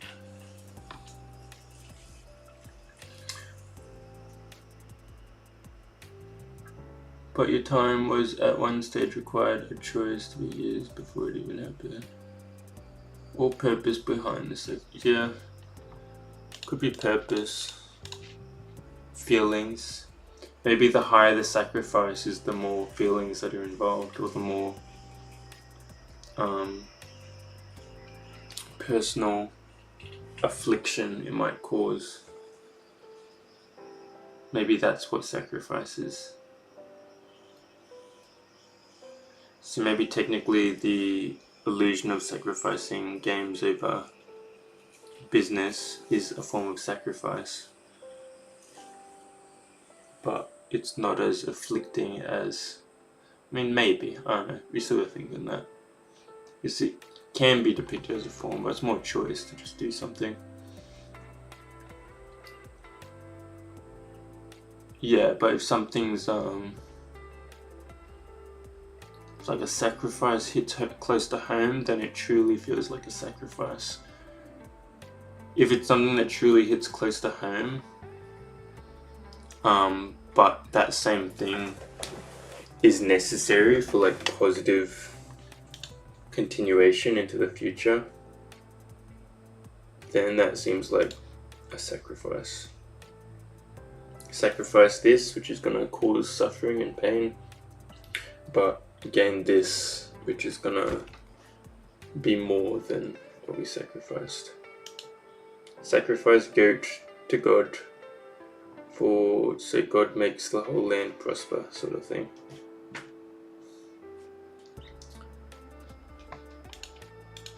Oh yeah, we need to keep going. What are we doing?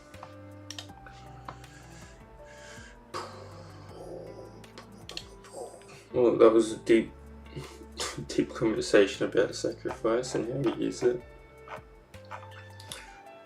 Moral of the story is choice is more founding than sacrifice. Don't navigate from what you don't do, navigate from what you do, because that's all that actually exists. Sacrifice can be in regards to what we have lost, and sacrifice can be depicted as more or less of a sacrifice given how much personal affliction is involved with the sacrifice. Where am I even going? I don't even know what I'm doing. Sound good? Attachment is a key factor.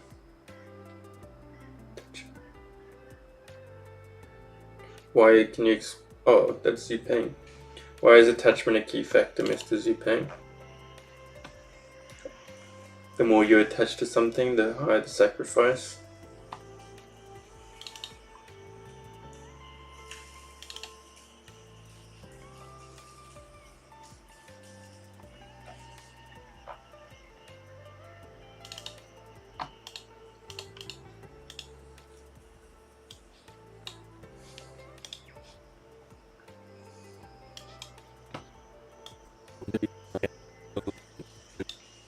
That they feel welcomed, they feel like they can be themselves, they feel seen, and they are being supported to pursue. And belittling, jealousy, all of that, it is built. Because you may think the sacrifice is worthy. The sacrifice is worthy if there's more attachment.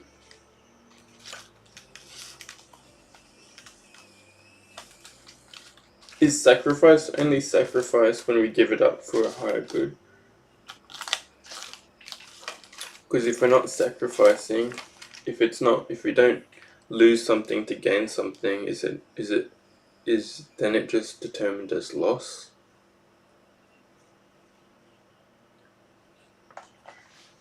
Sacrifice good for bad, or just lose, just loss?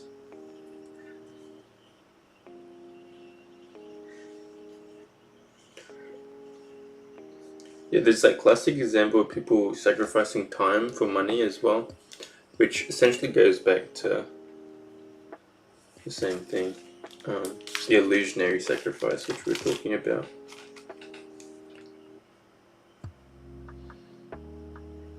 Which, I mean, yeah. Because the more attachment value you have the more attachment value we have of a certain act of sacrifice, it's how we determine the extent of it to be. Based on how much positive attachment you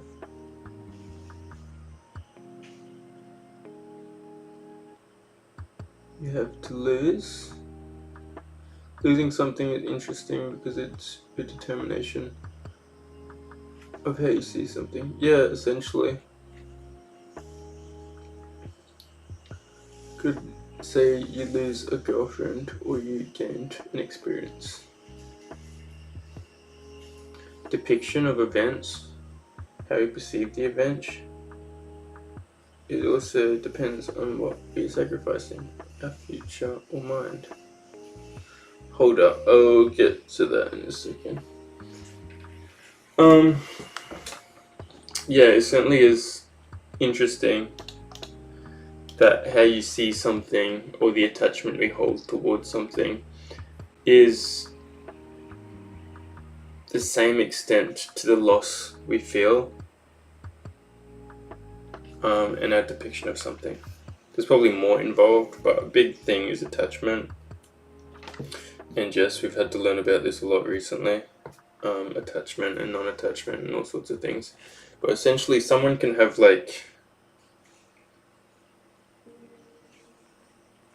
someone can be on their deathbed. They've got not the craziest amount of time to live. I don't know. They don't even need to be on their deathbed. They could just be really sick. I don't know. But they could have a little ring worth a couple $1,000s, whatever. And it was a gift from their mother from ages ago or whatever.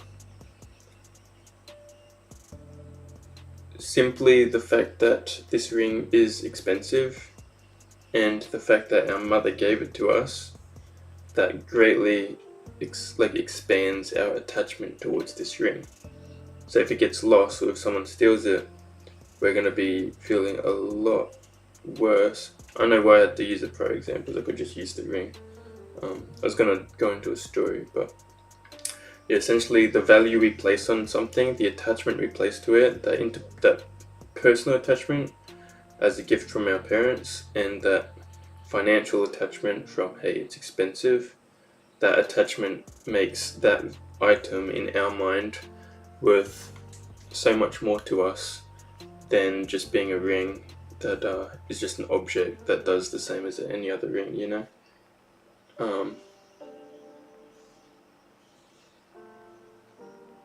I don't even know if I guess the money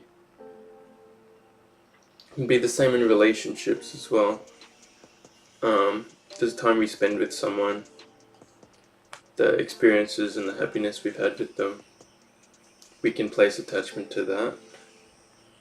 We can also place attachment to determine ourselves. So being with a partner, it kind of becomes a core part of our lives to the point where we start to identify ourselves based on partner perspective, and we start to identify ourselves as a part of this couple as well. We take personal attributes away from the couple attributes, which, when identity correlates with personal identity, so when you need someone else to reinforce your sense of self, so you place attachment on that person, which is technically placing attachment on self as well, then sacrificing that can be quite unhinging. It can be a lot to take in. So I can explain that better. Let me read this.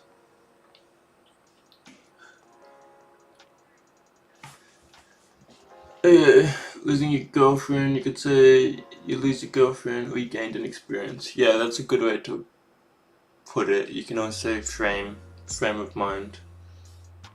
The things you are navigating. But when you lose your girlfriend, you can certainly say you gained an experience, but again, that attachment you had to that girlfriend will navigate you away from saying, oh yeah, it's just an experience.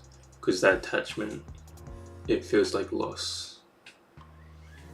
And that loss could result in sacrifice if you actually have positive benefits in your future life.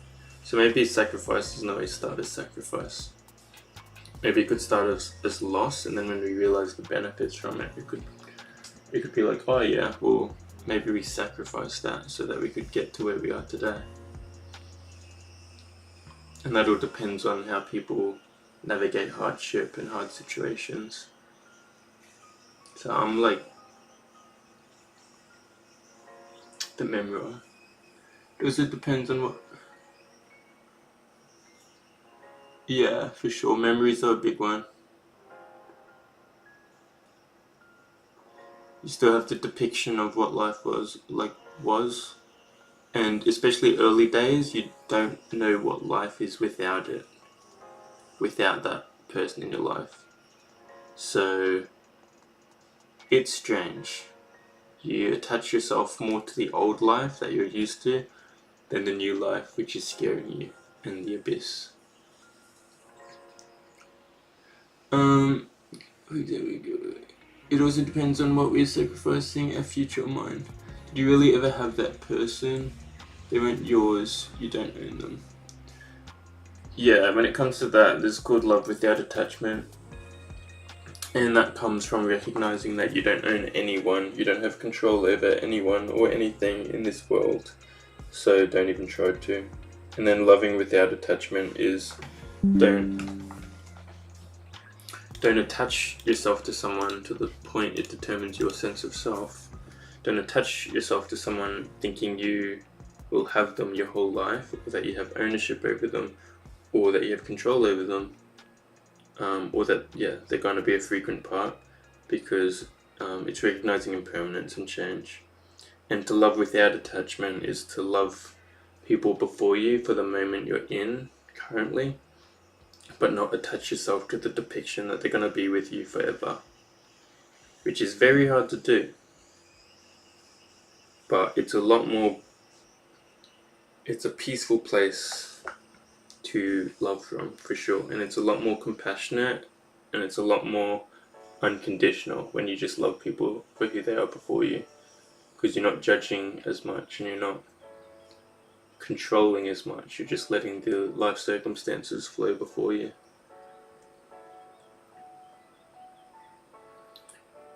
Do do do do do. Why is this such a good song?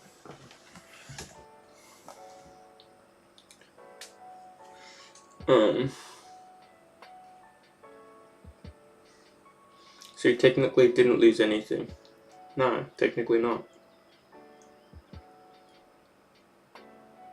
Technically everything that we lost is in our own perception of mind.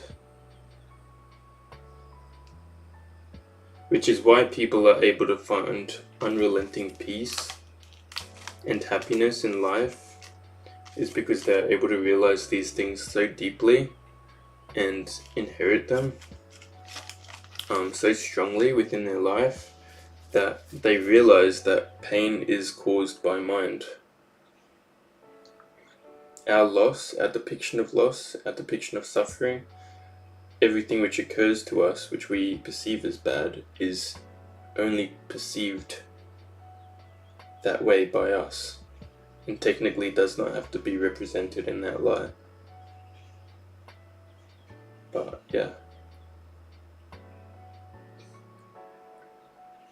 it would take a world of effort to incorporate that into your own life. And they don't even say don't feel pain. I think we said this before. They don't even say don't, you don't have to, they don't say overcome sadness completely to the point you don't feel it. They say come into acceptance of sadness to the point you feel the ups and downs, but you just keep flowing with bliss and acceptance. Riding the roller coaster of life with composure.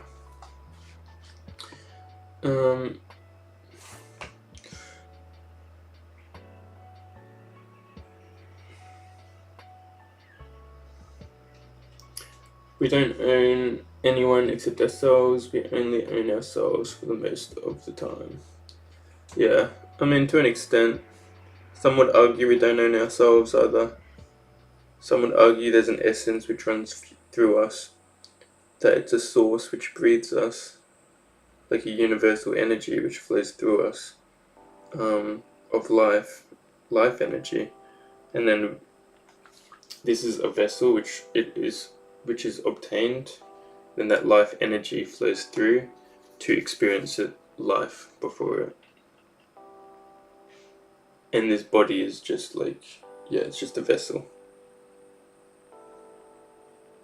That's what some people say.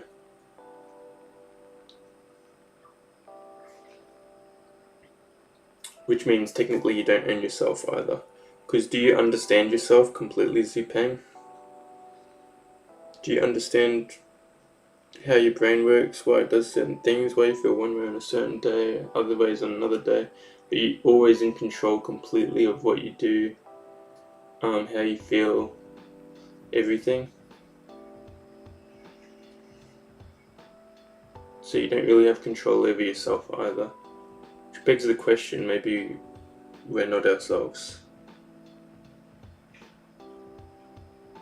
Or maybe we build an image which gives us a false representation of self, and we try and be that self, which isn't the true self, which is why we're so all over the place all the time. I think people never truly know who they are until they become who they truly are. That doesn't make sense, because trying to create who you are will not work. You have to just become who you are. Weird depiction.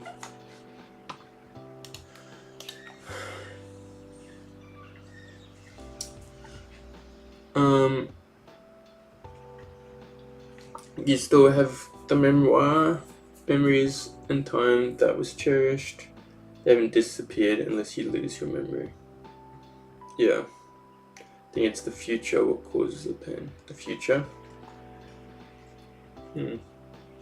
A combination of past and future.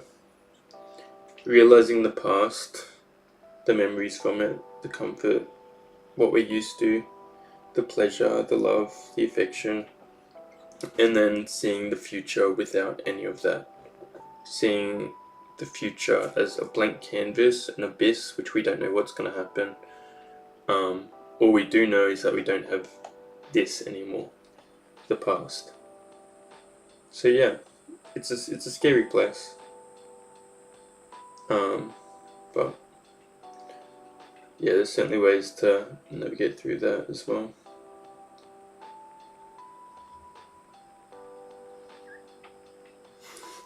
How am I ever gonna get you with? You guys are going ham.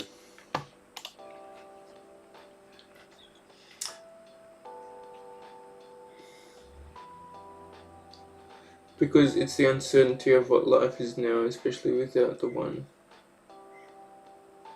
you had developed such an attachment and habit.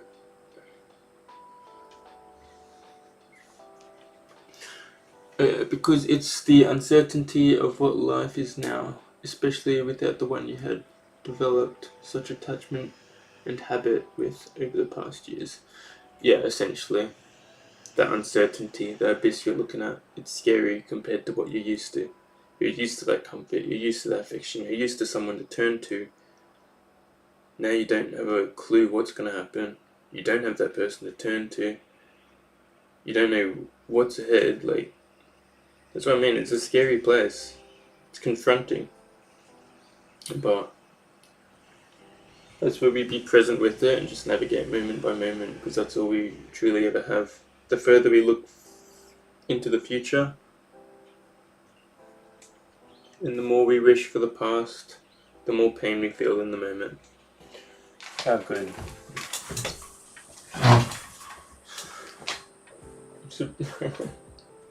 My sister's here. Your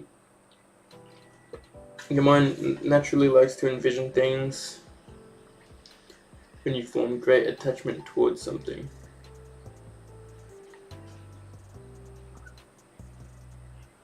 Yeah, for sure. If we're attached to something, it kind of feeds like an addiction into us. We want to think about it, and we want to think about making that thing closer to us, or greater, or, you know. When we're attached to something, it plays on our mind. And if we're attached in a positive way, we like to play on it positively in our mind. Our mind can do all sorts of things. So it can also lead us to downfalls and over-attachment as well.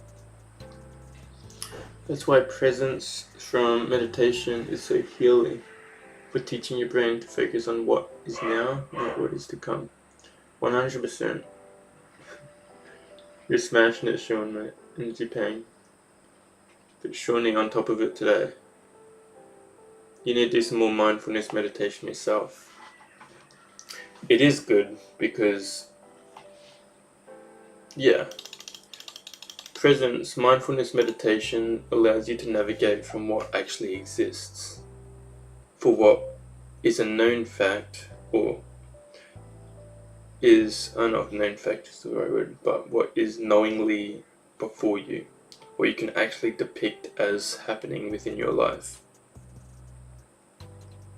Much of the future is just assumption, what we assume to happen and what we depict will happen, but I guarantee you will almost, like 99% of the time, anything you depict of the future, the assumptions you form of it, most of the time they will be wrong. And they can be wrong in regards to how we feel now. We're going to feel different a week from now. So I can't say, hey, I'm going to a party.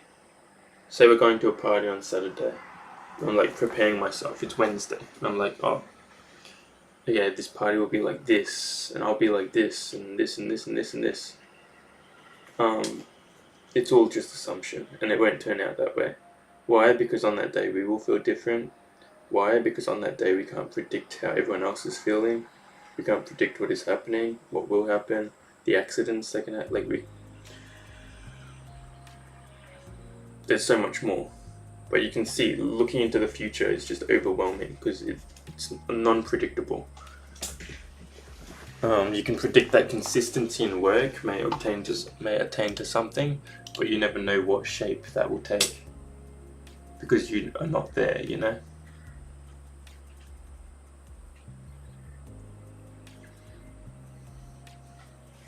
So yeah, presence is very good at and memory. Past doesn't exist anymore, either. It's just what has happened, and we've got feelings of what has happened, and we cling to those feelings and cling to those things and attach ourselves and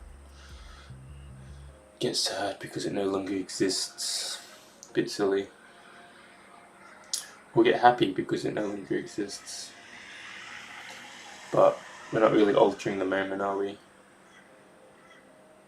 So presence is good because yes, we see what is truly taking place in front of us, and presence also allows us to fully determine how we feel and what we do in the moment we are in, because this is the only moment we have current control over, the only moment we can determine with, which is interesting. Because yeah, we say you can change your life in a heartbeat. You just got to keep changing it, like one heartbeat at a time, you know, one moment at a time. But literally, you can flip the switch right now and just, with the present, completely determine something else.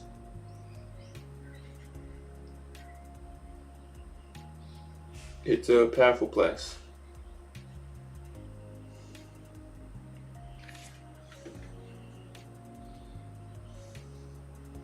Very accurate. Will any of those memories cause you pain unless you look to the future? I think future and past are kind of attached in that sense. I mean, they certainly would, but yeah, it seems kind of attached in the sense that you can look on a memory, and the reason it causes you pain is because you know it's no more, and you know you can't get it back, which is determining it from the future.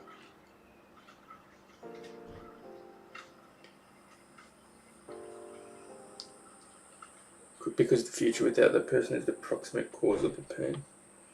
Yeah, essentially. It's a future you know you won't have back. And that's what causes the pain. It's something you miss and something you know will never return. Fun. Anyway, let's get this thing out. Built through being generous, through giving, through seeing and loving people.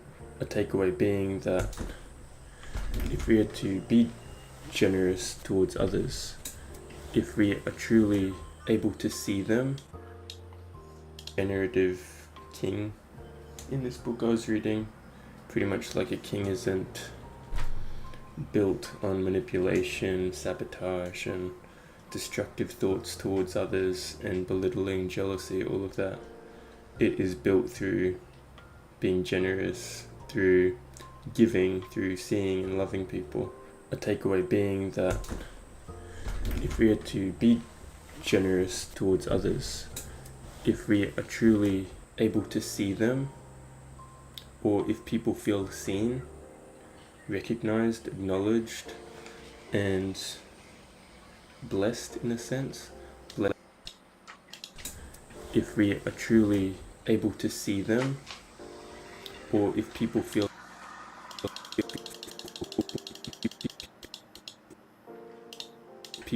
seen, recognized, acknowledged, and blessed in a sense.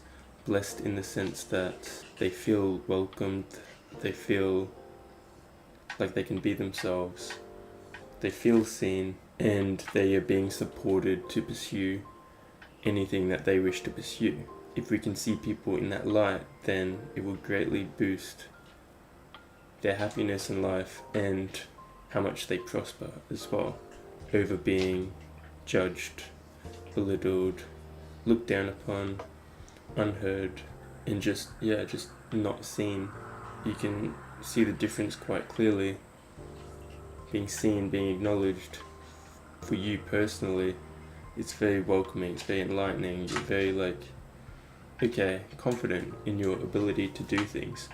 Whereas the opposite, it's you start building the patterns of thought of unworthiness and beating yourself up and destructive thoughts. So do we really want to give this to people, or would we like to, allow everyone to prosper in a sense?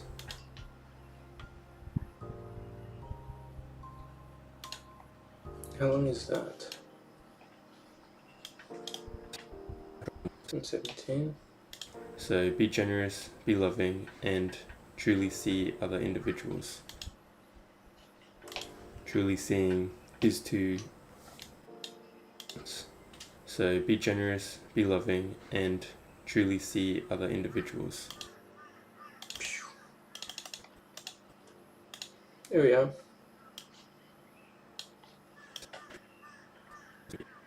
Wonderful.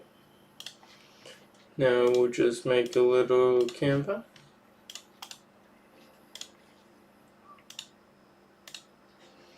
Oh, we're going overtime.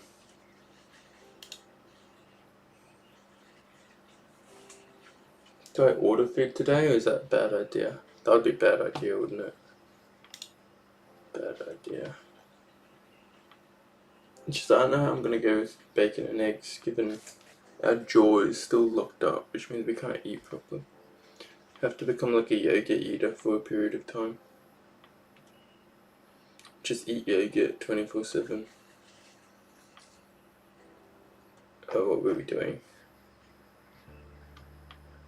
Maybe cereal? Cereal? True. Could eat some cereal.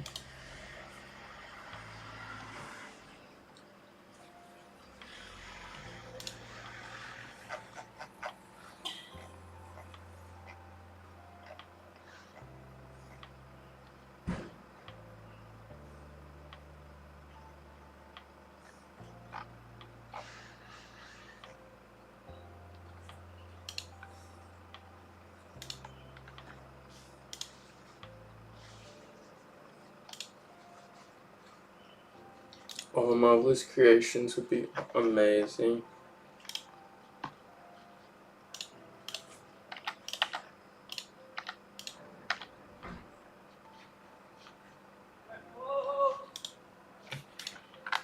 The Lord helping me.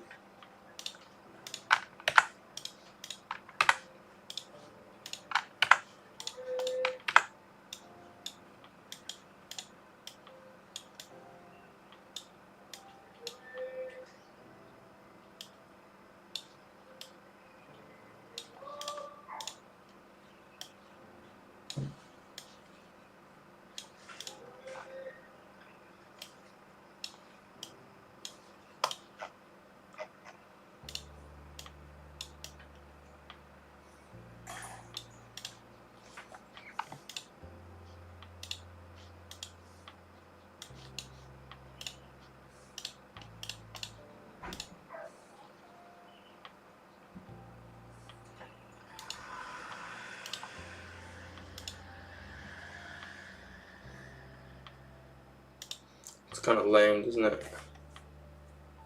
Maybe we'll look for a different title thing.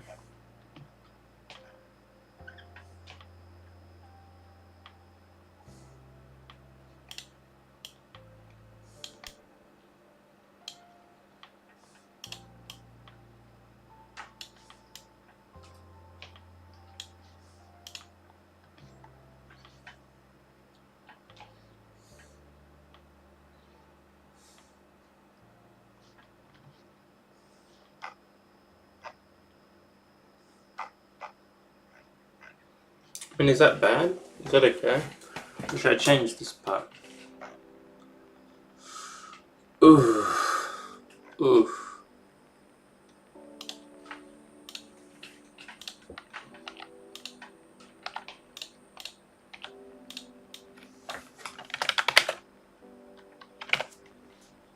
Kind of like the look of this one more.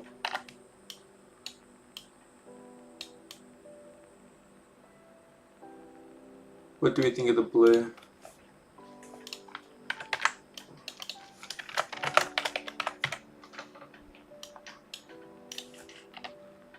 What do we think of that?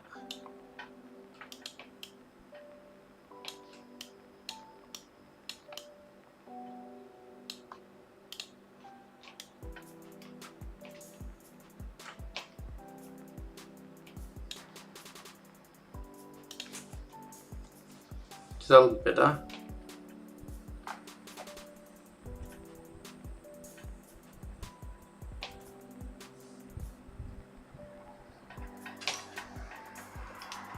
Why is what vertical?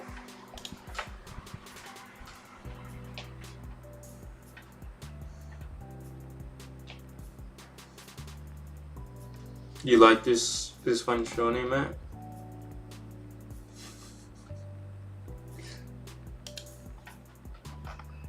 I feel like it needs like borders, but at the same time it's pretty simple designs we're putting in here, so maybe it doesn't.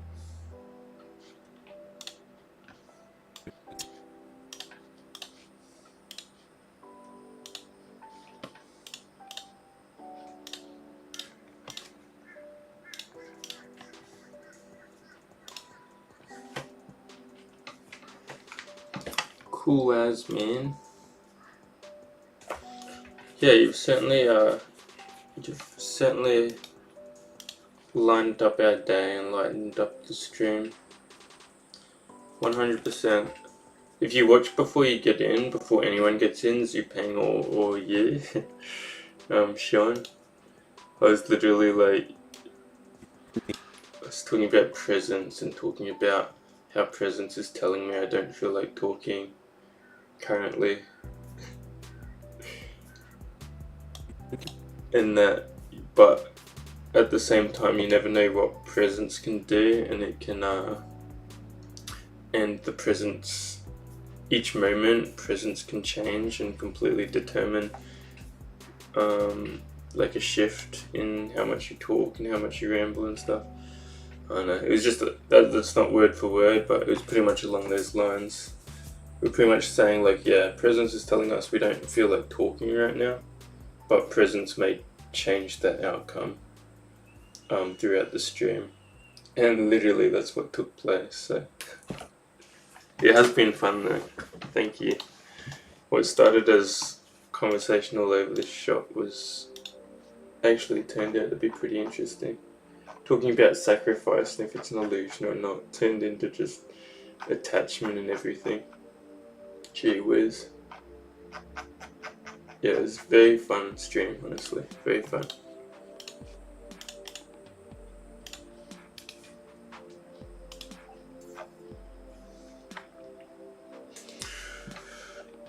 The goal for future streams is to fix sleeping pattern, as we've said probably more than 20 times this year. To have healthier pursuits so that our sleeping patterns can be fixed and stable, and our mindset stable and fixed, and then finally get to longer streams. That is our goal for future. But tomorrow we make a new meditations video, and this one I'm actually pretty excited to make.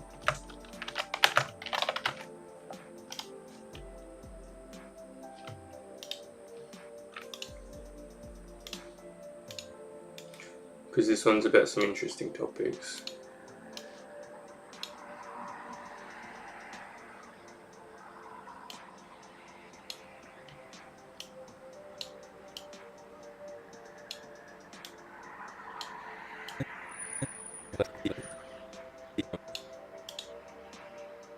People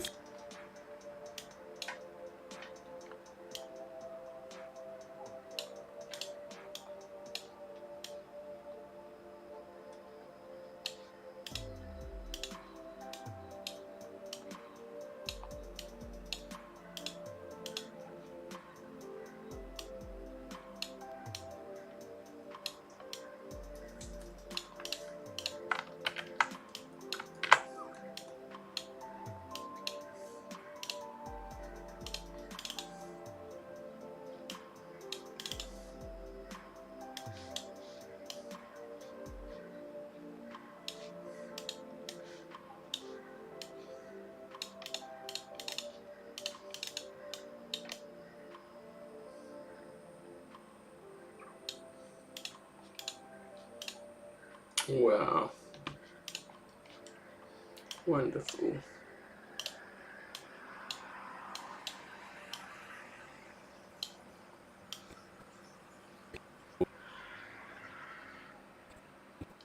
Is that good? File.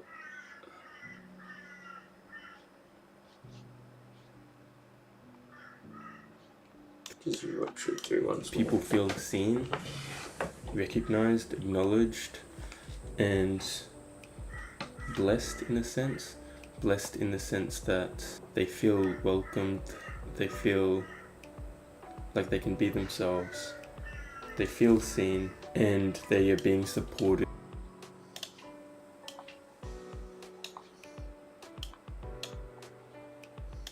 If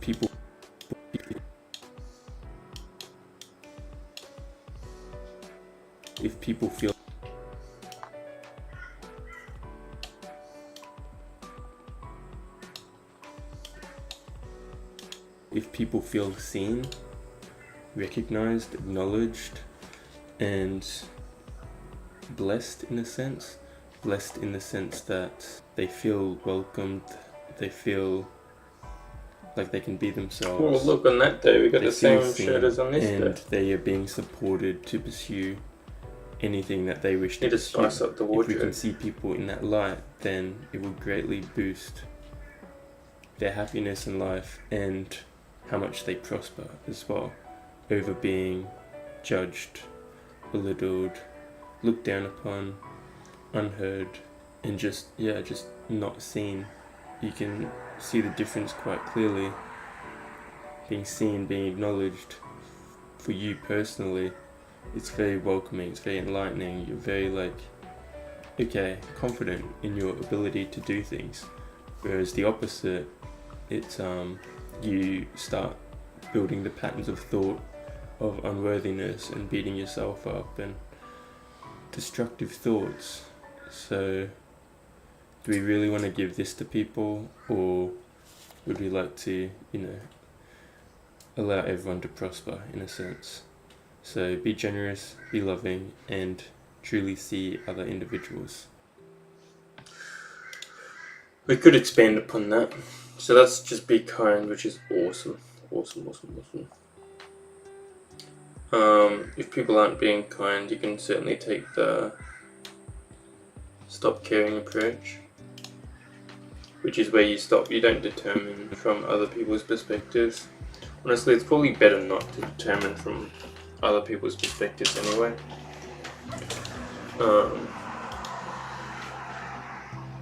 But it's saying giving positivity to others can actually bolster their sense of self and their confidence in life, so we may as well do that.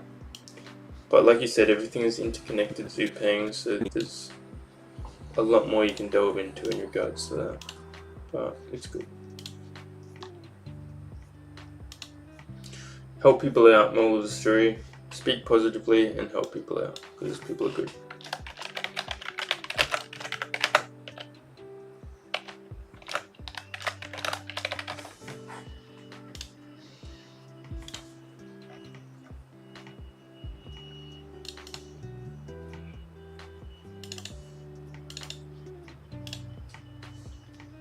Time for some party. I gotta leave in an hour, I think.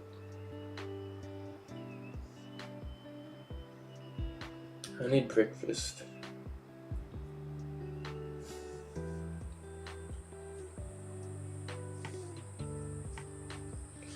Well, I was gonna more accommodate for you, Sean. And I was gonna Uber Eats. But you're right, I won't do that. I'll just go cook up some breakfast and be on my way then.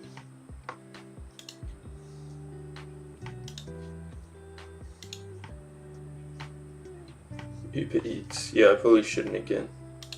I just don't know what I'm gonna eat. I have to eat something that doesn't require the jaw to open too far.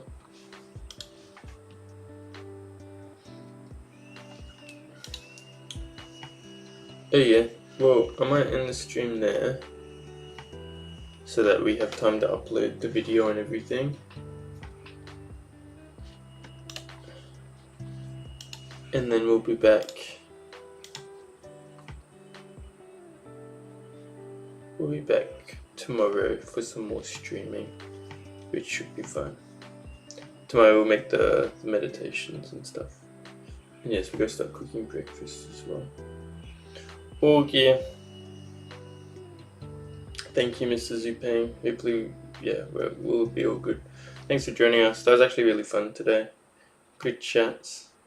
And see ya. Take